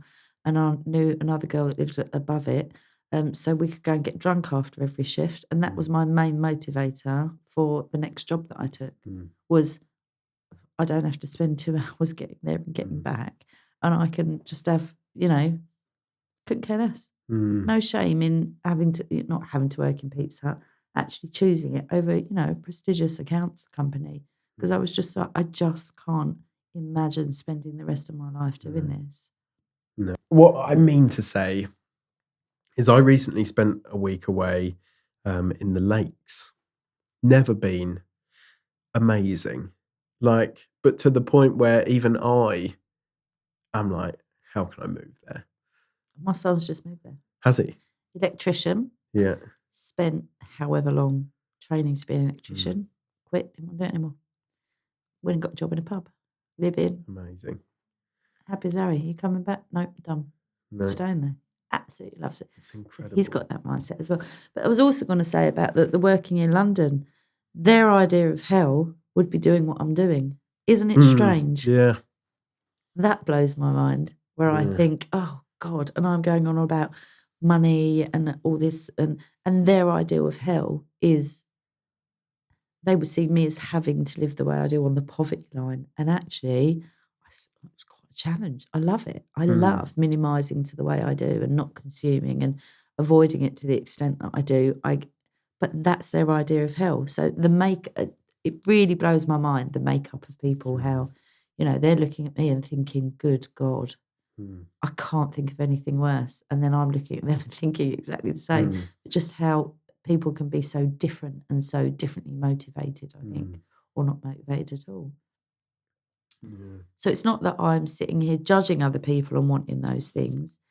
It's just so out of my realm of thinking that I can't understand it. I can't understand that. But then I know that they're looking at me completely unable to understand and thinking, that sounds like, the worst life I could ever have. I get that part of it as well. And I just think it's really, I just wish that there was as a way you could integrate that. But you can't. You can't integrate nature and wildlife and rescue, which is why there's such an issue with the vets. It's why there's an issue with the NHS. It doesn't fit in. You can't fit healthcare like that into a corporate system. They're not designed to work together, and they're trying to shove these jigsaw pieces together, and they clearly don't fit. But that's the only way it can function, and it's not going to fit. The puzzle will fall apart because it just doesn't fit together properly. And the same with nature and wild. We're so dependent on it. We literally cannot survive without biodiversity and without the planet, and we're actively destroying it in the way that we behave for money, yet the world is run by money. There's no way to integrate the two, and there's no answer to it either. There's no solution. There's no going, well, commercialism, it's just not working. Capitalist society doesn't work. Let's stop and do it different. There's no stopping it now. So we're just going to carry on the way we are with nature worth nothing, with being unable to find a vet that will care for an animal because the corporate people, there's no money in it. There's no way to make it fit or make it work. It's crazy. And that is probably one of the most depressing parts of what I do. I deal with a lot of depression, death and injuries and suffering and that. And I don't find that a struggle. I find the struggle trying to fit all of that and rescue, and even the fundraising doesn't worry me. It's that side of things of going, right, I'm doing all I can for nothing off the back of the generosity of people who do care about nature and wildlife. Can you help? No. Can't do it. It's not making us enough money. And it's like, wow. And it's not like I expect, I do expect a lot of freebies, actually. Of course I do. I wouldn't be able to run if I didn't. I'm a charity. But the level of money is expected. I mean, we've had some surgeries, same surgery, of £50 in one place, 600 in another, exactly the same. Wow. So I got a lot of, yeah, this vet will work with you, and I've spoken to the vet, and it's like, yeah, I'll it'll be £600. I'm like, no, I can't do that. Wow. So, for example, with leg amputations, which again a lot of places won't do, they instantly put to sleep. My old vet would do it. £200 a time, 6 a week throughout the summer, regular. Wow. I am currently printing off, again for the transparency thing, and I'll put it on Facebook, just how much I've spent in the vet in the last 12 weeks alone. It's a lot of money, a lot of money. We're talking probably nearing £5,000. It's a lot of money. So 5,000, did you say? How long? That's a rough guess, and I'm only going off. It's probably more than that, because in the last 3 weeks I've had a 600, a 900, a 400, a 500. So it's probably more than that. It'd be interesting to see. I want to literally do 12 weeks from this week and just go back and do 12 weeks and be able to post it. Wow. Again, going back to it would be nice if some of the money went to it thing. I was like, hang on. My accounts for last year were my first year, so I could do micro accounts. So I've got the breakdown, but I don't have to publish it. So this year, I've just finished last year's accounts, and I've broken it down a lot more. But I still want to break it down. So again, why do we have to go into so much detail? I need to know. So I'm actually subsetting it so that I know exactly what's gone into each rescue. and then within mine what it's gone on. So I'm doing, so I can say vets bills were this, food bills were this type of food cost this amount. I really want, so that when people ask me how much you spend, I can say that much money. Yeah. So last year in total, I've just finished the accounts across all rescues. It cost £44,000 is what went through our account. Wow. And for everything, for the head. For everything, apart from that's not donations. That is just in running costs for the rescue. Wow. And I fundraise pretty much all that myself. Wow. So I know I can raise money. I don't know how I raised it, to be honest. God knows where it came from. Because it just happened. And Little Urchins have raised money. They've had fairs and stuff, and they've been able to buy their incubators. But yeah, it's just from donations and talks and stuff like that. But I'd really love to be able to say to specific groups of people, I've got a couple of donation pots in a couple of shops. I want to be able to do a certificate at the end of the year and say, you raised me that much money. Thank you very much. And have a real breakdown. Yeah. And of course, with the transparency side of things, being able to say to people, this is where your money went. You know, you donate me £500 and that paid the vet bill that week, or, you know, I just think it would be nice. And again, when we were talking about statistics and death rate, actually, that's more interesting to me than the death rate and the survival rate and the release rate. I think release rates. No, again, I had another rescue do that the other day, actually, I saw. And he said, I've had so many rescues come in through, and I've had 279 rescues come through, and 260 were released. Amazing. That's amazing. And I know the person really, really well, and I wouldn't ever, but all hedgehogs go to the vet first because they work at one. So they only end up with the hedgehogs that aren't put to sleep because they're survivable. So again, putting out there, I'm in a different situation where mine don't get to, you know, I have to wait a week to see a vet because I can't get one. So I'm more interested in that side, the day-to-day, the vlog style, this is how much it costs to run, this is what we do, rather than concentrating on the death and survival rates, because that to me is irrelevant, because if you don't try to save them all, you won't save any. No. Does that make sense? So I'd much rather concentrate on that side of things, facts, figures and stats and stuff, than be able to say, I took in 1,000 hedgehogs last year and 200 of them survived. One, nobody would donate to me anymore because, you know, it looks like, you know, I'm murdering hedgehogs.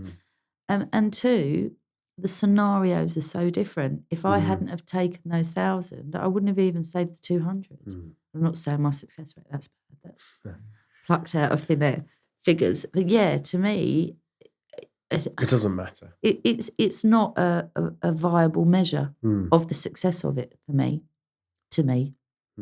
I look at other people's stats and they say, we've rescued this and we've saved so many. And I go, yeah, but under what term? To me, I'm instantly, I don't look and go, oh my God. And I'm like, okay, but, you know, do you only get the ones that aren't put to sleep and that are already half-healed by the vets? Are you counting the ones that have died within 48 hours? Are you doing, to me, it just isn't a viable way of doing it. And I think it's quite strange. Yet, by putting that out there, they'll probably get way more money than I do based on the fact that they save so many hedgehogs. And it's like, no, there's way more. And that's a transparency thing to me. If you're not transparent about that success rate and how you reach it and why you reach it, there's a reason my death rate's so much higher than potentially somebody else's. And it's probably not the amount of hedgehogs that have died. So I'm not willing to play. Again, part of my degree was statistics and how you can make them look like anything you want to. So I don't do that. That's one of the main reasons I don't do it. It feels like I haven't talked too much about my stories because I don't think I've got any. We didn't go. Well, I was quite interested to get on the podcast what you told me before we started about the ship. Was it the ship that you found or the sub? The plane. So the plane. Again, one of the things that got me distracted by this wildlife conservation degree and biology is I started scuba diving. And I'd originally done a try dive out in Cyprus or somewhere. I absolutely loved it. And again, being a high overachiever and having to go all in and spend as much money as possible and do as much diving as possible because that's how obsessive I am about things. I joined a local dive group because I was like, I don't just want to do it when I go abroad. I'll do it here. So I joined a local club that was at Shorncliffe at the time, with the idea of going on a Egypt thing with them and finishing my paddy open water so I could dive. And they're like hardcore channel divers, these guys, you know, they've diving out there, they're out in all wet, they're -5. And I was like, good God, that's awful. And I did this dive out in the channel and got convinced, sold it. He was a great salesman. And that was it for me. I'd go to Egypt and I'd go to all these amazing places and see all it was the most boring.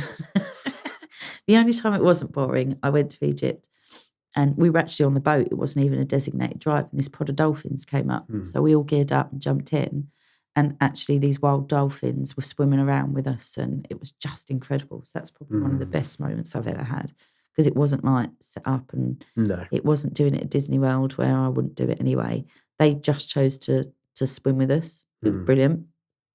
So anyway, I did this channel dive and I thought, oh, this wasn't too bad. And they go out in the rib in all weathers and swells were coming. You'd be vertical in this boat. And I just thought it was the greatest thing ever. I absolutely loved it.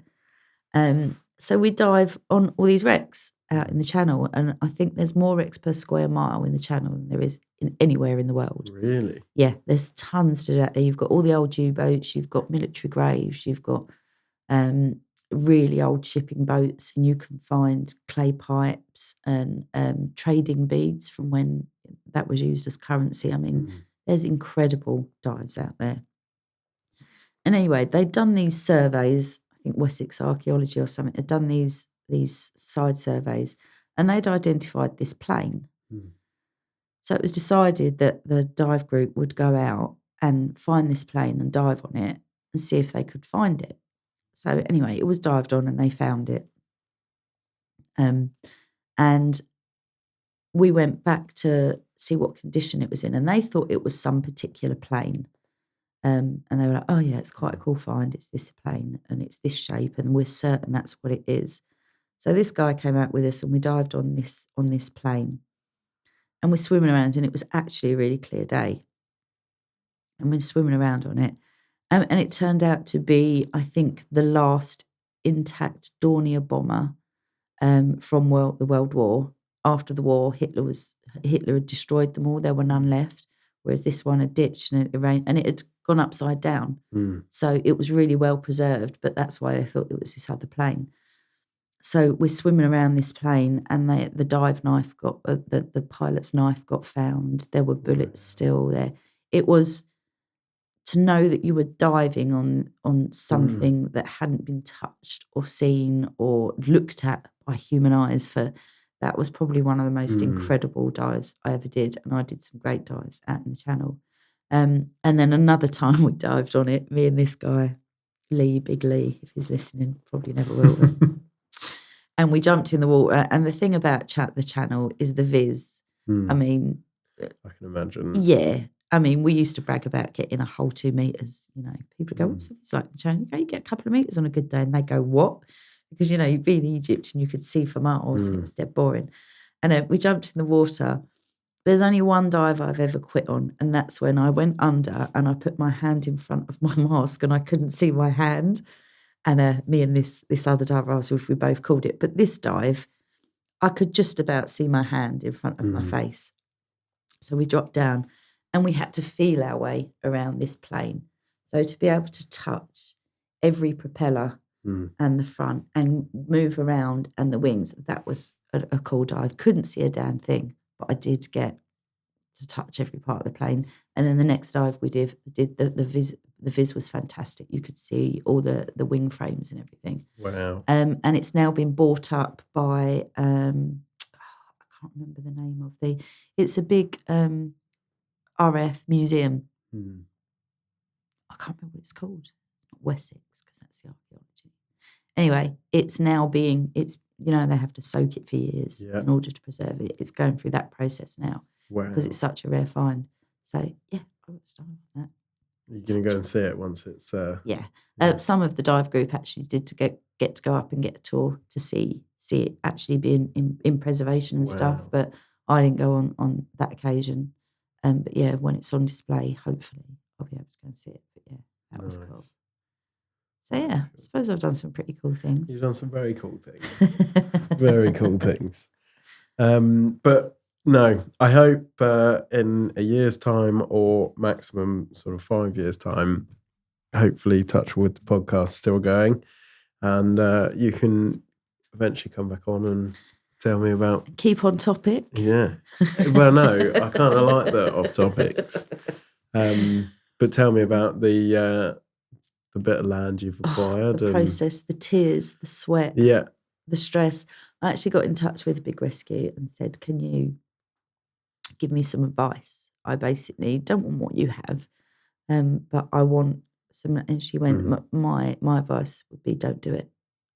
And I went, well, yeah, no, I that would be my advice as well, but I'm going to do it anyway. So they've said that they'll sit down and talk to me about, potential strategies and ideas. I've spoken to some property companies as well and land and stuff like that, and the best way to go about it, and but we'll see what happens. Yeah, it's meant to be. It will be. It will. I mean, I've got strong hopes. I think you'll do it. I think you'll persevere. I don't think you'll be happy unless you've done it now. I'll be sat outside people's houses, refusing to move until they give me what I want. The hedgehogs need it. Yeah, the hedgehog, yeah. That's pretty much what I do. Yeah. I wear people down. My vet, every time I go, he goes, you do like to bring me a challenge, don't you? And I'm like, look, honestly, you're not the first fella to ever tell me that. I know, challenging is what they say, yeah. But no, I do have a laugh because I am quite persistent. I love my vet now, though. He'll share the knowledge he has in order to be able to better help me help the hedgehogs. Yeah. Which is rare as well with vets now. They're either very jaded and disappointed or leaving the profession in droves because it's not about the animals anymore. No. Or they're after the money, so they don't care. So to find a vet that wants to work with wildlife and is really passionate about conservation and stuff. Again, I'm really lucky. I know there's a massive element of luck in there. Yeah. It has to come together, I suppose, doesn't it, for things like this to work? So we'll see if it works. No, I think it will work.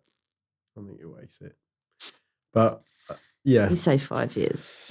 I say 3, no. I think you'll do it quicker than 3. Yeah, I've given myself... so, Folly, they said 8 years. They were fundraising, and it was the land that was hard to find, and I think that's going to be my issue. I either need... And I've put calls out locally and on Facebook and on Nextdoor sort of saying, the issue I've got is not that I'm unwilling to pay for land. Nobody's willing to sell it for what it's worth. They're selling it for development opportunities. So I need somebody who's got land and believes in what I want to do and is willing to sell their land. That's selling it anyway, but that doesn't want to sell it for housing, but is willing to sell their land because they believe in what I want to do and they love hedgehogs and they want to try and save them, kind of thing. And I think that's the only way it's going to be able to work is if someone approaches me and says, selling anyway.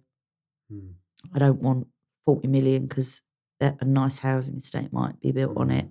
I actually want to sell it to you because I want you to be able to build your hospital. So hopefully that's what will happen. Hopefully. Talk to people. Again, opportunities you kind of have to put yourself out there for the opportunities to be able to find you, kind of thing, rather than so we'll see. Yeah. I think you're gonna be fine. But I know what you mean.